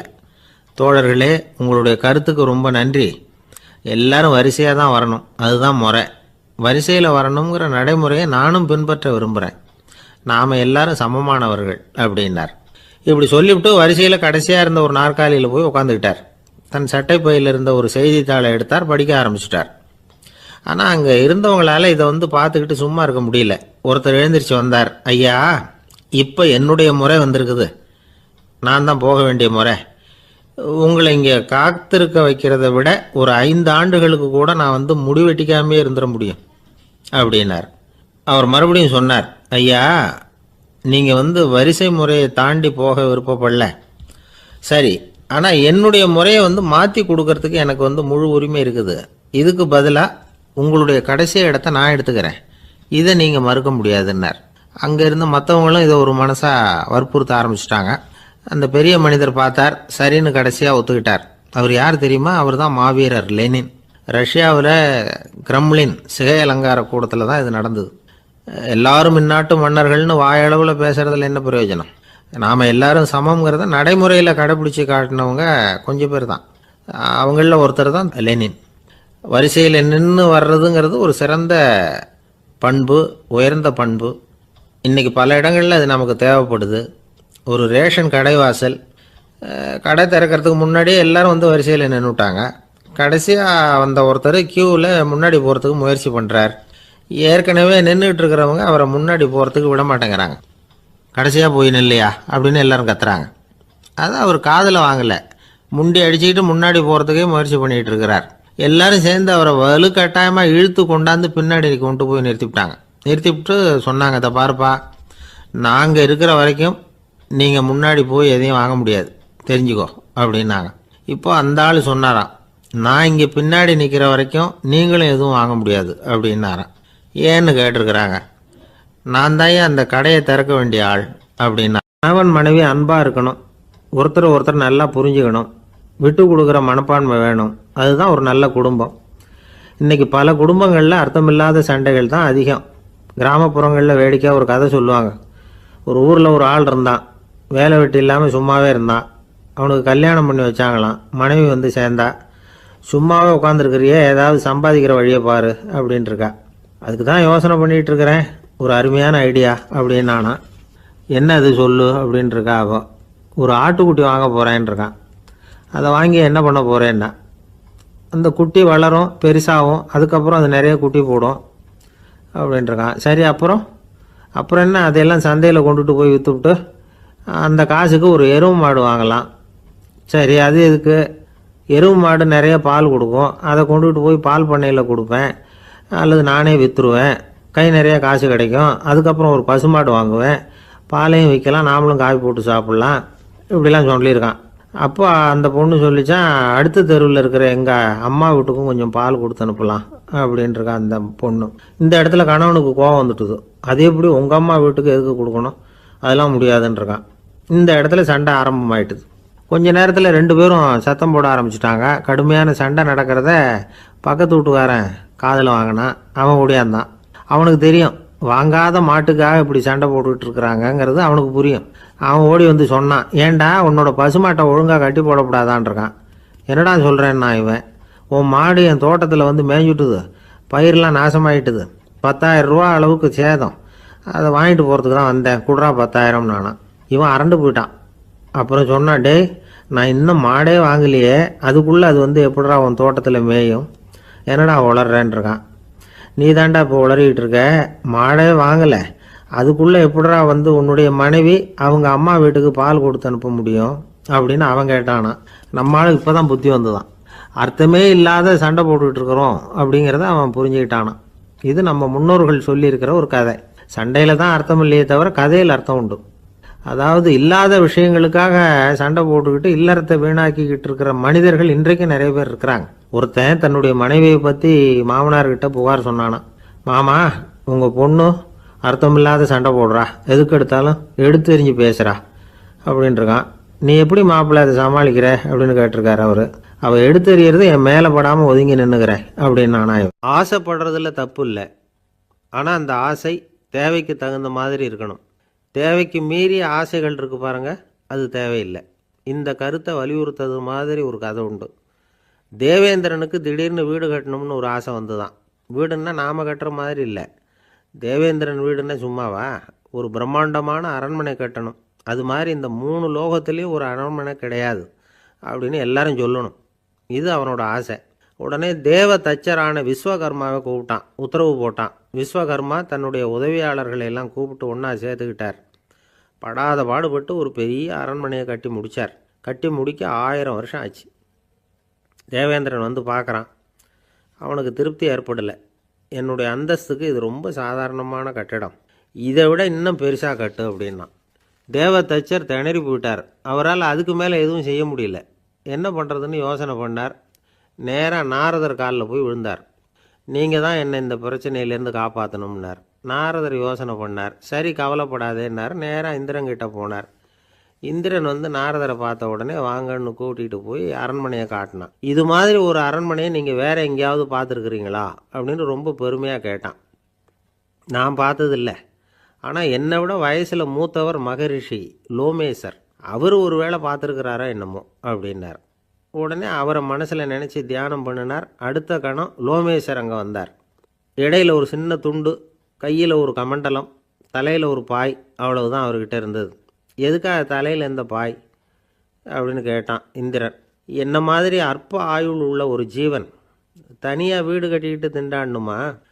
இந்த பாய் தான் ஒரு வீடு மாதிரி எனக்கு நிழல் கொடுக்குது அப்படின்னார் அவர். என்னது, உங்களுக்கு வந்து அவ்வளவு கொஞ்சமான ஆயுளா அப்படின்னு ஆச்சரியத்தோடு கேட்டான் இந்திரன். ஆமாம், இதை பாரு, என்னுடைய மார்பில் ஒரு பொற்காசு அளவுக்கு ரோமம் உதிர்ந்துட்டுது.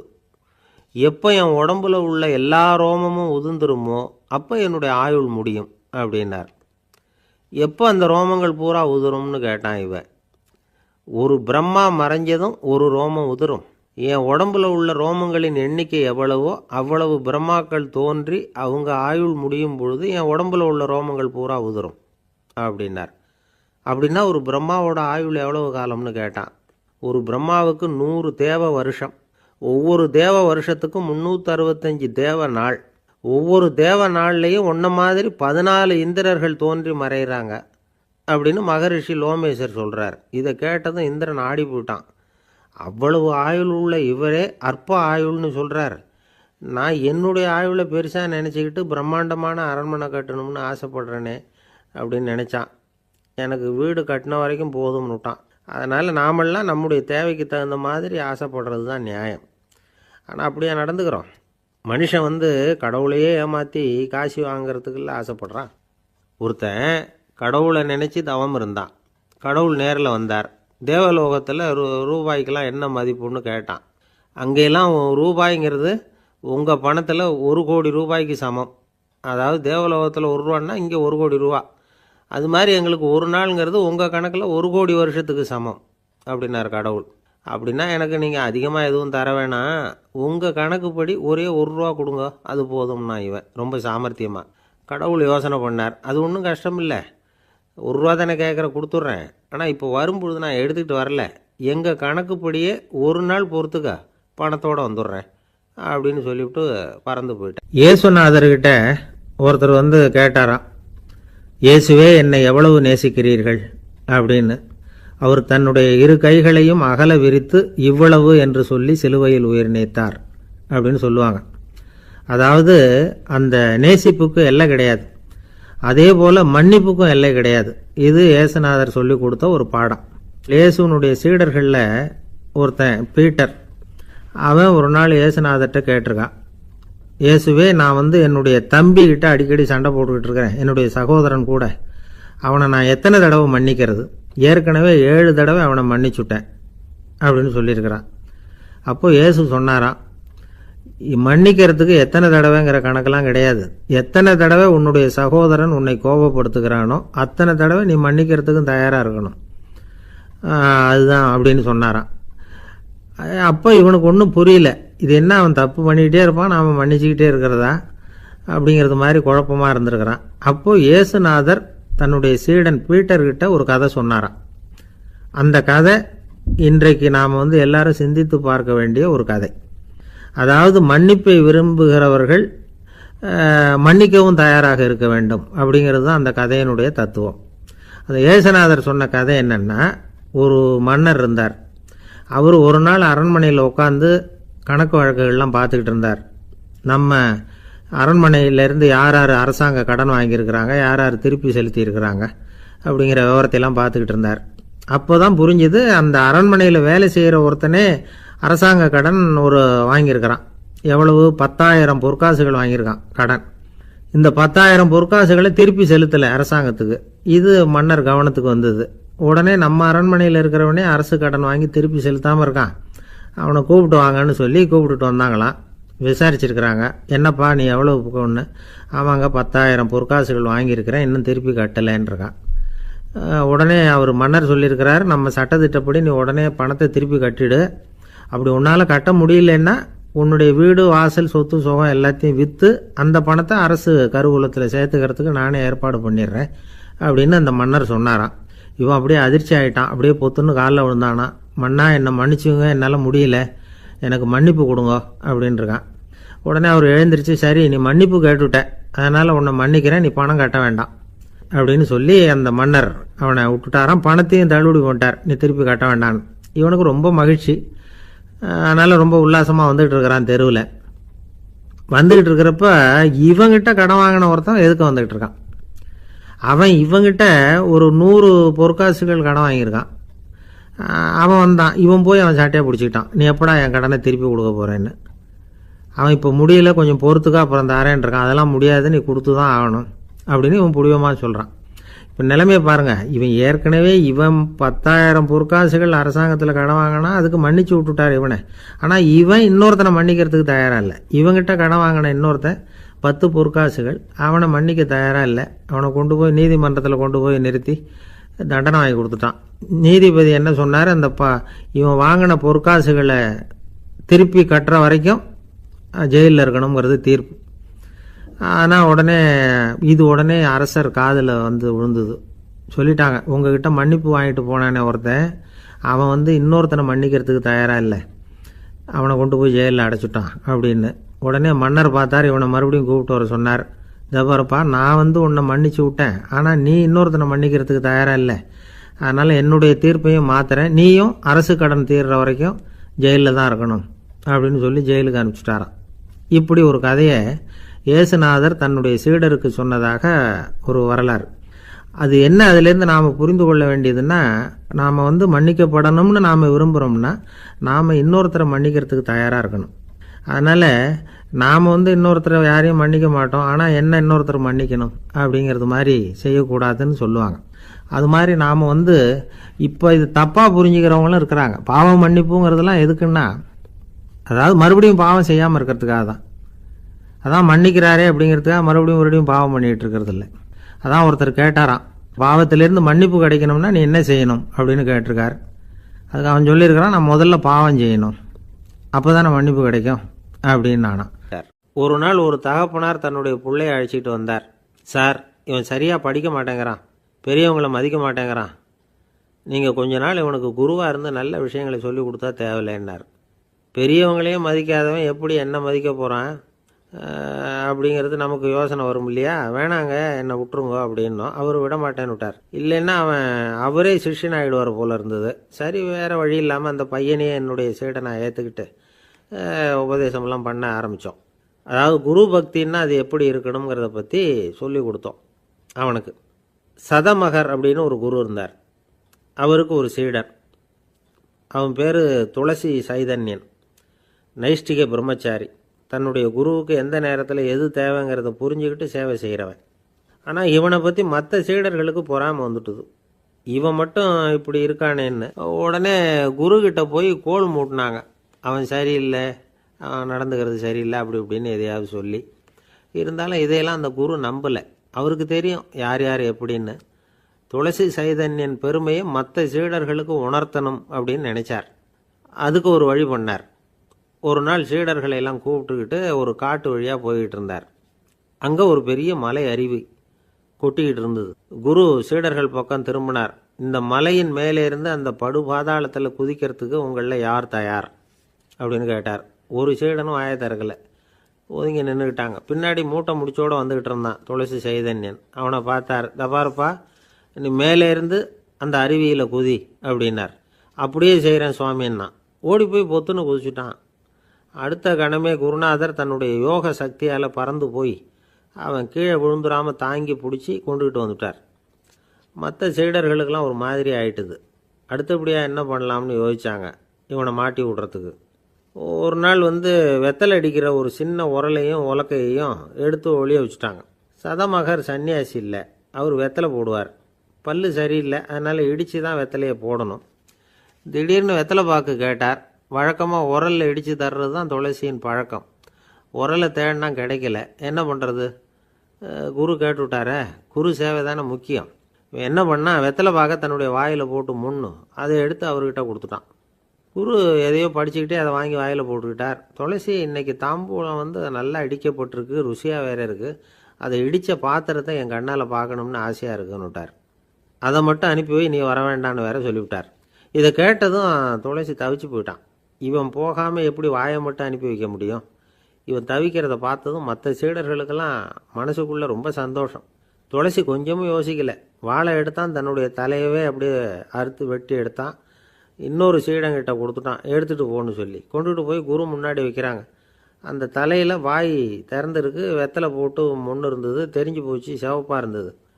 அவனுடைய குரு பக்தியை இப்போ எல்லாரும் ஒத்துக்கிட்டாங்க.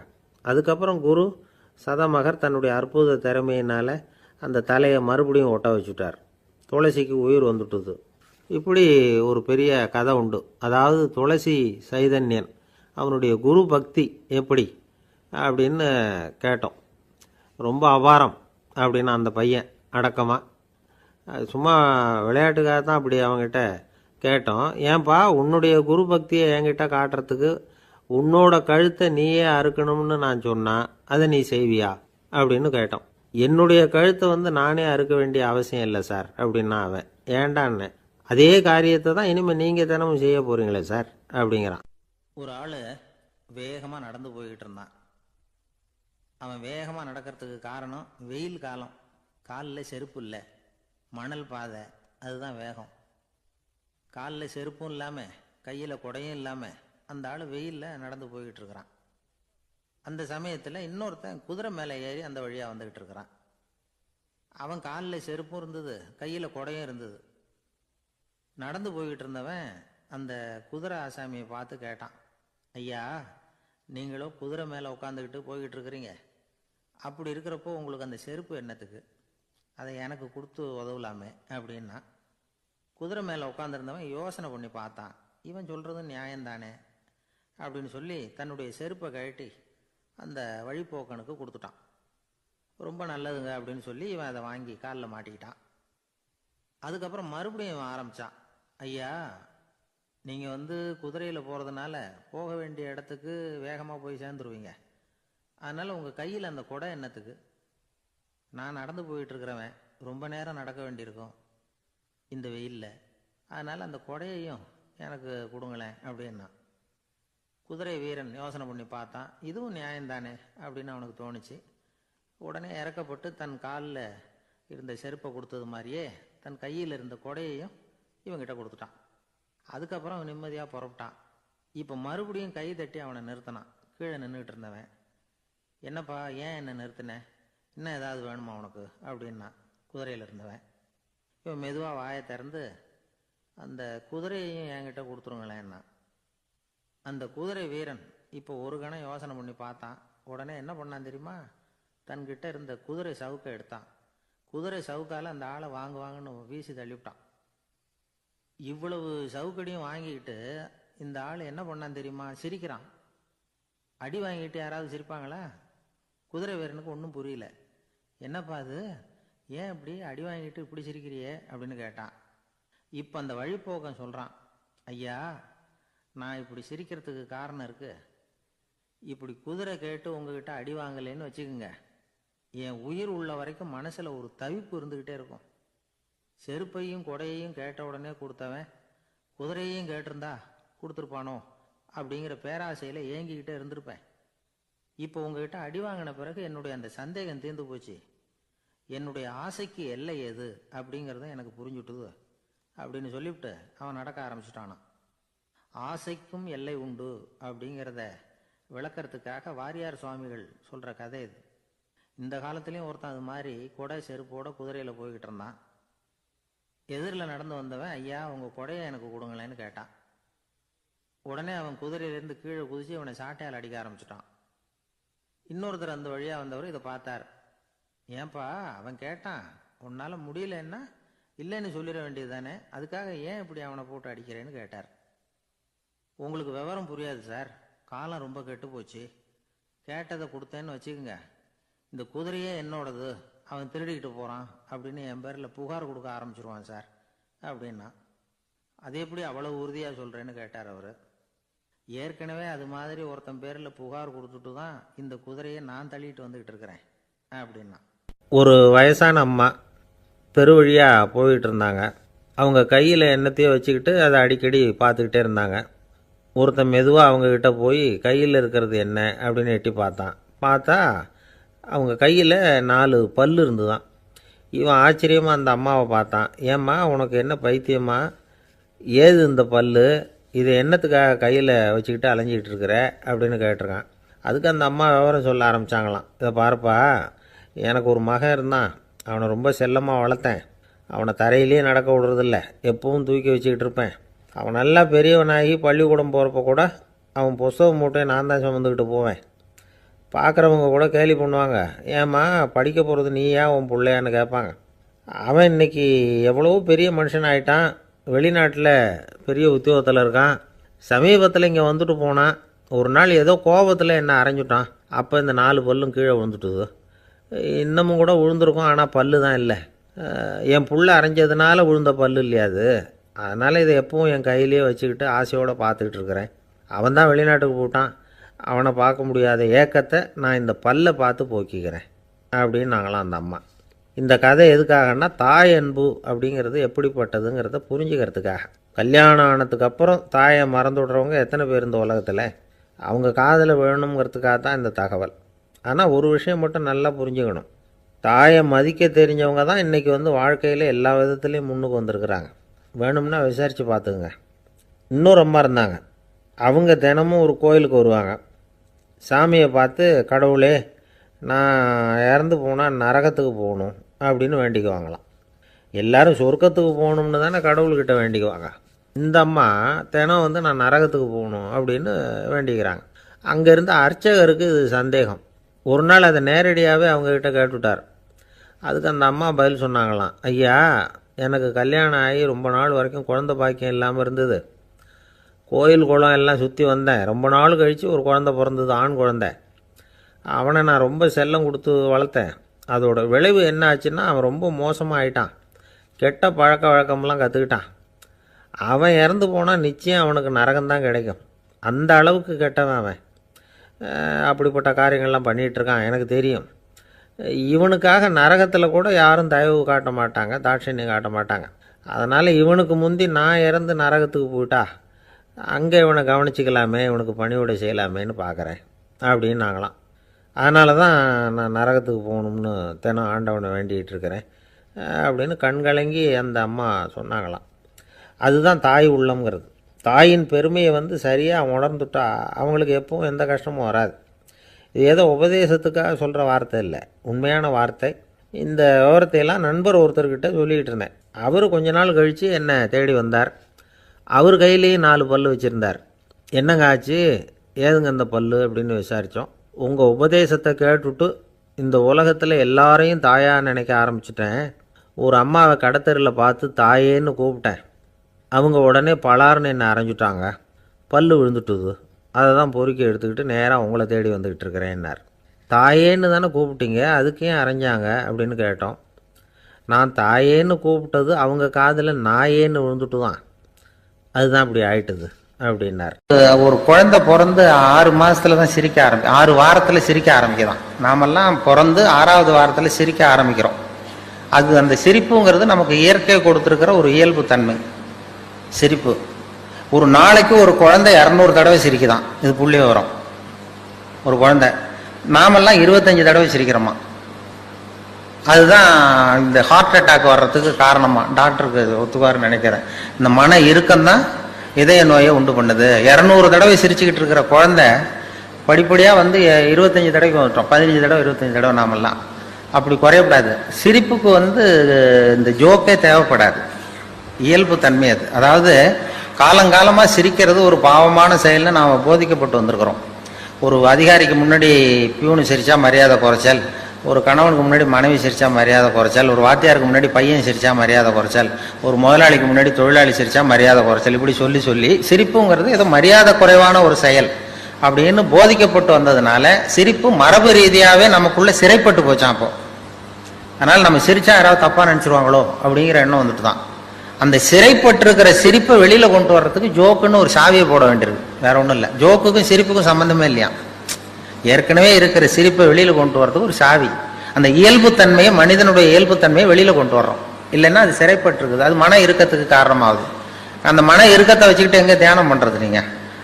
அந்த இயல்புத்தன்மைக்கு மாறணும் அப்படிங்கிறது தான் சொல்லுவாங்க. சிரிப்புக்கு வந்து ஜோக்கு தேவைப்படாது.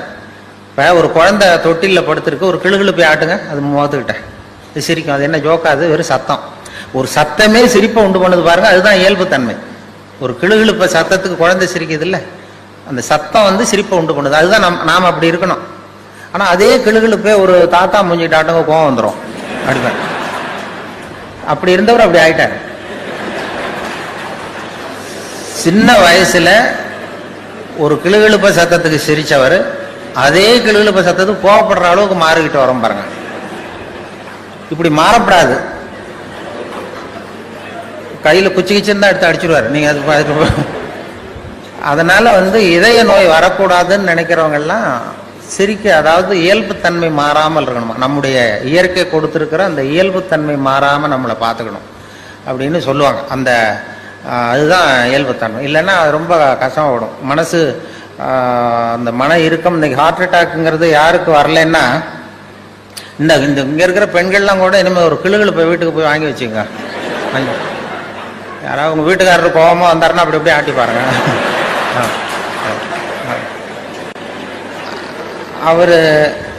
அவர் சிரிச்சுட்டாருன்னு வைங்க, கவலையே பட வேண்டாம். அவர் ஏதாவது கோவப்பட்டாருன்னா உடனே இசிஜி எடுத்து பார்க்கணும், பார்த்து சரியா இருக்கா. அதுதான் இப்போ மருத்துவம் சொல்லுகிற உண்மை. இதய நோய் வராத இருக்கிறவங்க யாருன்னா பைத்தியக்காரங்களுக்கு இது வரைக்கும் ஹார்ட் அட்டாக்கே வந்தது இல்லையா. டாக்டர்கள் தான் சொல்றாங்க, பைத்தியக்காரனுக்கு ஹார்ட் அட்டாக் இது வரைக்கும் வந்ததே இல்லை. அந்த பைத்தியத்தன்மை நமக்கு வேணுமா? ஏன் அவனுக்கு வர்றது இல்லைன்னா, நான் இப்போ இந்த நாட்டுக்கு பிரதம மந்திரி ஆகணும்னு நினைக்கிறேன்னு வைங்களேன், உடனே என் இருதயம் வேகமாக வேலை செய்ய ஆரம்பிச்சிருது. எப்படி எந்த கட்சியில் சேர்றது, எங்கே போய் நிற்கிறது, யாரை போய் பிடிக்கிறது, எப்படி பணம் செலவு பண்ணுறது, எப்படி டெல்லிக்கு போகிறது, எப்படி பிரதம மந்திரி ஆகிறதுன்னு என் இருதயம் வேகமாக துடிக்க ஆரம்பிச்சிருது. அந்த ஒரு துடிப்புக்கும் இன்னொரு துடிப்புக்கும் நடுவில் இருக்கிற ஓய்வை நான் குறைச்சிடுறேன். நான் பிரதம மந்திரி ஆகணும்னா இவ்வளவு அவஸ்தைப்பட வேண்டியிருக்கு. ஒரு பைத்தியக்காரன் பிரதம மந்திரி ஆகணும்னா அவன் ஆனதாவே நினைச்சிடறான். போய் கேட்டீங்கன்னா நான் தான் பிரதம மந்திரி அப்படிமா, அவன் எலெக்ஷன்ல நிக்க வேண்டியதில்லை, ஒன்றும் பண்ண வேண்டியதில்லை. அந்த மனோபாவம் நமக்கு வேணுமா? அதனால்தான் அவங்களுக்கு ஹார்ட் அட்டாக் வர்றதில்லை. அதாவது சித்த சுவாதீனத்துடன் கூடிய பைத்தியத்தன்மையுடன் வாழ கற்றுக்கொள்ளுங்கள் அப்படிங்கிறது ஒரு உபதேசம். சித்த சுவாதீனத்துடன் கூடிய பைத்தியத்தன்மையுடன் வாழ கற்றுக்கொள்ளுங்கள். அது என்ன சித்த சுவாதீனத்துடன் கூடிய பைத்தியத்தன்மைன்னா, நாம சித்த சுவாதீனத்தோடு இருக்கணும், மனசு விழிப்போடு இருக்கணும்.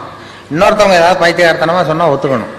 இப்போ உங்க குடும்பத்திலே கேட்குறீங்க, கணவன் மனைவிக்குள்ள ஒரு தகராறு, 8 3 பெருக்குனா என்னன்னு கேட்குறீங்க, அவர் 23ன்னு சொல்லிடுறாருன்னு வைங்க, உடனே சண்டைக்கு போகக்கூடாது. 8 3 பெருக்குனா 24 போல 23ன்னு சொல்றாரு, சண்டைக்கு போகக்கூடாது. சரி பரவாயில்ல, எங்க வாத்தியார் இப்படி சொல்லி கொடுத்தாரு, உங்க வாத்தியார் சொல்லி கொடுத்துருக்காரு, அது வாய்ப்பாட்டிலையும் எத்தனையோ எடிஷன் இருக்கு இல்லையா. அப்படி அதுதான் சித்த சுவாதீனத்துடன் கூடிய பைத்தியத்தன்மை. நமக்கு எது உண்மைங்கிறது தெரியுது, இருந்தாலும் ஒரு பைத்தியத்தன்மையோட வாழறோம் பாருங்க. அந்த பைத்தியத்தன்மைங்கிறது இன்றைய மனுஷனுக்கு தேவை. அது ஒருத்த பைத்தியகார ஆஸ்பத்திரியில் 10 வருஷம் இருந்தானா, அவன் உடம்பு குணமாயிட்டது டாக்டர், என்னை வீட்டுக்கு அனுப்புங்கன்னு டாக்டர் கேட்டிருக்கான். டாக்டர் சொல்லியிருக்காரு, 10 வருஷம் இருந்துட்டேன், இன்னொரு 10 நாள் இரு, உன்னை சோதனை பண்ணி அனுப்பிச்சுட்றேன் வெளியில அப்படின்னு இருக்காரு. 10 நாள் டெஸ்ட் பண்ணி பார்த்தாரு, எல்லாம் நல்லா குணமாயிட்டான். உடனே அவர் சொன்னார், நீ சொன்னது சரிதான்ப்பா, வீட்டுக்கு போகலான்னு அனுப்பிச்சிட்டார். அதுக்கப்புறம் பத்திரிகைக்காரங்கள்லாம் பேட்டி எடுத்தாங்களாம், ஏங்க நீங்க உங்க பைத்தியகார ஆஸ்பத்திரி இருந்தீங்க, உங்க அனுபவத்தை சொல்லுங்களேன் எழுதுவோன்னு. அப்போ சொன்னா, நான் 10 வருஷம் நான் பைத்தியத்தோட பைத்தியமா இருந்தேன். 10 வருஷம், அது எனக்கு 10 வினாடியா போயிட்டுது. பைத்தியங்களுக்கு மத்தியில புத்தி தெளிஞ்சவனா 10 நாள் இருந்தேன், அது 10 யுகமா போச்சுன்னு. நானும் நம்முடைய வாழ்க்கை யுகங்களாக போகணுமா வினாடிகளாக போகணுமாங்கிறத நான் முடிவு பண்ணணும். பைத்தியத்தோட பைத்தியமா வாழ தெரிஞ்சவனுக்கு வாழ்க்கை சுகமா இருந்திருக்கு. பைத்தியங்களுக்கு மத்தியில புத்தி தெளிஞ்சவனா வாழறவனுக்கு வாழ்க்கை யுகமா கடினமா இருந்திருக்கு. அதனாலதான் நாம அதுக்காக சுத்தமா பைத்தியமாவும் மாறிட முடியாது, சட்டையை கழிச்சுட்டு அலைய முடியாது. சித்த சுவாதீனத்துடன் கூடிய பைத்தியத்தன்மை அப்படின்னு அதுக்காக தான் அதை சொல்றாங்க. சித்த சுவாதீனத்துடன் கூடிய பைத்தியத்தன்மையுடன் வாழ கற்றுக்கொள். ஒரு காட்டுல ஒரு நரி இருந்தது. ஒரு நாள் காலை நேரம் அது தன்னுடைய இருப்பிடத்திலிருந்து வெளியில வந்தது. கொஞ்சம் தூரம் நடந்து வந்தது. அப்பதான் அது தன்னோட நிழலை கவனிச்சு பார்த்தது. பார்த்தா அது ரொம்ப நீளமா பெருசா இருக்குது. காலை நேரத்துல நிழல் அப்படித்தானே இருக்கும். ஆனா அந்த நரிக்கு அந்த விஷயம் தெரியல. தன்னுடைய நீண்ட பெரிய நிழலை பார்த்து ஆச்சரியப்பட்டது.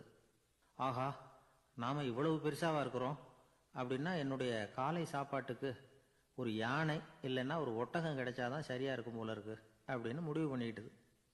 உடனே ஒரு யானை அல்லது ஒட்டகத்தை தேடி அலைஞ்சது, எங்க கிடைக்கும்னு. கிடைக்கவே இல்லை. மத்தியானம் 12 மணி ஆயிட்டுது. பசியோடு அலையுது. இப்ப தன்னோட நிழலை பார்த்தது. அது மத்தியான நிழல் எப்படி இருக்கும், அது ரொம்பவும் குறுகி போய் தெரிஞ்சுது. உடனே அந்த நரி என்ன நினைச்சுக்கிட்டு தான் தெரியுமா, காலை ஆகாரம் சாப்பிடாததுனால நம்ம உடம்பு இப்படி அழைச்சி போட்டுதே அப்படின்னு நினைச்சுக்கிட்டு தான். கொஞ்ச நேரம் கழிச்சு மறுபடியும் தன்னுடைய நிழலை பார்க்குது. அது இன்னமும் குறுகி போய் காலடியிலேயே வந்துட்டுது. அதுக்கு பயமா போயிடுது. ஐயையோ, இன்னும் கொஞ்ச நேரத்துல நாம இறந்துருவோம் போல இருக்க, இப்ப என்ன செய்யறது? இந்த சமயத்துல ஒரு எறும்பு கிடைச்சா கூட போதும், அதை நம்ம காலை ஆகாரமா நினைச்சு சாப்பிட்டுள்ளாமே அப்படின்னு நினைச்சுதான். நம்முடைய நிழல் கூட நம்மள மாதிரியே தான் அடிக்கடி மாறிக்கிட்டே தான் இருக்குது. அது எப்பவும் ஒரே மாதிரி இருக்கிறது இல்லை. மனிதனுக்கு ஏற்படுகிற தன்முனைப்பு இருக்கு பாருங்க, ஈகோ, அது கூட ஒரு நிழல் மாதிரி தானா. அப்படி நினைக்க ஆரம்பிச்சுட்டா அதனால ஏதும் பிரச்சனை வராதான். தன்முனைப்பை நிழல் போலவே ஏற்றுக்கொள்ளுங்கள் அப்படிங்கிறது பெரியவங்க கருத்து. ஒரு காரியத்தை வெற்றிகரமா நல்ல விதமா செஞ்சு முடிக்கிறோம்னு வச்சுக்கோங்க, அந்த சமயத்தில் ஒரு வித நுட்பமான தற்பெருமை நமக்குள்ளே உண்டாகுது. இது இயற்கையானது, அதனால் இது மேலே பற்று வைக்கக்கூடாது. அப்படி வைக்க ஆரம்பிச்சுட்டா அந்த தற்பெருமை ஒரு நிரந்தர விருந்தாளியாக நம்மக்கிட்ட தங்கிக்கும். நம்ம நிழல் எப்படின்னு பாருங்க, நாம் நடக்கும் பொழுது நம்ம பின்னாடியே வரும். தன்முனைப்பையும் அப்படியே நினச்சிக்குங்க. நிழல் யாருக்கும் எந்த பிரச்சனையையும் உண்டாக்குறது இல்லை. ஆனால் அந்த நிழலை கண்டே நாம் பயப்பட ஆரம்பிச்சுட்டா நாம் எதுலேயும் வெற்றி காண முடியாது. நிழலோட சண்டை போடக்கூடாது. அது மாதிரி தன்முனைப்போடவும் நாம் சண்டை போட வேண்டியதில்லை. இல்லாத ஒன்றோடு சண்டை போடுறது எப்படின்னா, அது இருட்டோட சண்டை போடுறது மாதிரி. நாம் நிழல் கிடையாது, நம்மகிட்ட இருக்கிற தன்முனைப்பு ஒரு நிழல். நம்ம நிழலையும் நமக்கு சமமாக பார்க்குறோம் பாருங்க, அங்கே தான் சிக்கலே ஆரம்பம். இப்போ நாம் நடந்து போய்கிட்டு இருக்கிறோம், நம்ம நிழல் தரையில் விழுது. யாரோ ஒருத்தர் நம்ம நிழல் மேலே காலை வச்சு நடந்து போகிறார். உடனே அவர்கிட்ட சண்டைக்கா போகிறோம், ஏண்டா என் நிழலை மிதிச்ச அப்படின்னு. நமக்கு தெரியும் அது நிழல் தாங்கிறது. அவர் உங்கள் மேலே நடக்கலை, உங்களுடைய நிழல் மேலே தான் நடக்கிறார். அது மாதிரி உங்கள் தன்முனைப்பின் மேலே யாராவது நடந்தால் உங்களை அவமானப்படுத்துகிறதா நினைக்கிறீங்க. காரணம், நாமளும் நம்ம தன்முனைப்பும் ஒன்றுங்கிற நினைப்பு தான் காரணம். மற்றபடி வேற ஒன்றும் கிடையாது. நம்ம நிழல் மேலே நடக்கிறவர் நம்மளை காயப்படுத்துறதில்லை. தன்முனைப்பை வேண்டாத ஒன்றாவும் பார்க்க வேண்டியதில்லை. அது இயற்கை. நிழலை உங்கள் முன்னாடி வைக்க வேணாம், அது உங்கள் பின்னாடியே இருக்கட்டும். நிழலின் நிழலாகி விடாதீர்கள், நீங்கள் நீங்களாகவே இருங்கள். இதுதான் சான்றோர் சிந்தனை. ஒரு பேருந்தில் ஒரே நெரிசல். ஒருத்தர் பக்கத்தில் நின்றுக்கிட்டு இருந்தவர்கிட்ட ரொம்ப பணிவாக விசாரித்தார், ஏன் சார் நீங்கள் ஏதாவது பெரிய உத்தியோகத்தில் இருக்கிறீங்களா அப்படின்னார். அப்படிலாம் ஒன்றும் இல்லைங்கன்னார் அவர். அப்படின்னா வேறு ஏதாவது அரசியலில் பெரிய பதவியில் இருக்கிறீங்களா அப்படின்னு கேட்டார். அதுவும் இல்லைங்கன்னார். சரி, பணமாவது அதிகமாக வச்சுருக்கீங்களா அப்படின்னு கேட்டார். அப்படிலாம் ஒன்றும் கிடையாது சார்னார் அவர். அப்புறம் எதுக்கடா என் காலை மிதிச்சுக்கிட்டு இருக்கிற, எடுறா காலை அப்படின்னாராம் இவர். ஒருத்தர் ரொம்பவும் மகிழ்ச்சியாக வந்துக்கிட்டு இருந்தார். என்ன விஷயம்னு விசாரித்தேன். நான் தோற்று போயிட்டேன், அதுதான் மனசுக்கு மகிழ்ச்சியாக இருக்குது அப்படின்னார். எனக்கு இது ரொம்ப ஆச்சரியமாக போச்சு. இந்த உலகத்தில் தோற்று போகிறவங்க யாரும் மகிழ்ச்சியாக இருக்கிறதில்ல. அப்படி இருக்கிறப்ப இவர் இப்படி சொல்கிறாரே, எங்கே தோற்று போனீங்கன்னு கேட்டேன். அதுக்கப்புறம் தான் அவர் விவரமாக சொன்னார். என்னோட 5 வயசு குழந்தையோட நான் விளையாடிக்கிட்டு இருந்தேன். அந்த விளையாட்டில் என் குழந்தை ஜெயிச்சு விட்டுது, நான் தோற்று போயிட்டேன் அப்படின்னார் ரொம்ப உற்சாகமாக. நான் யோசித்து பார்த்தேன்.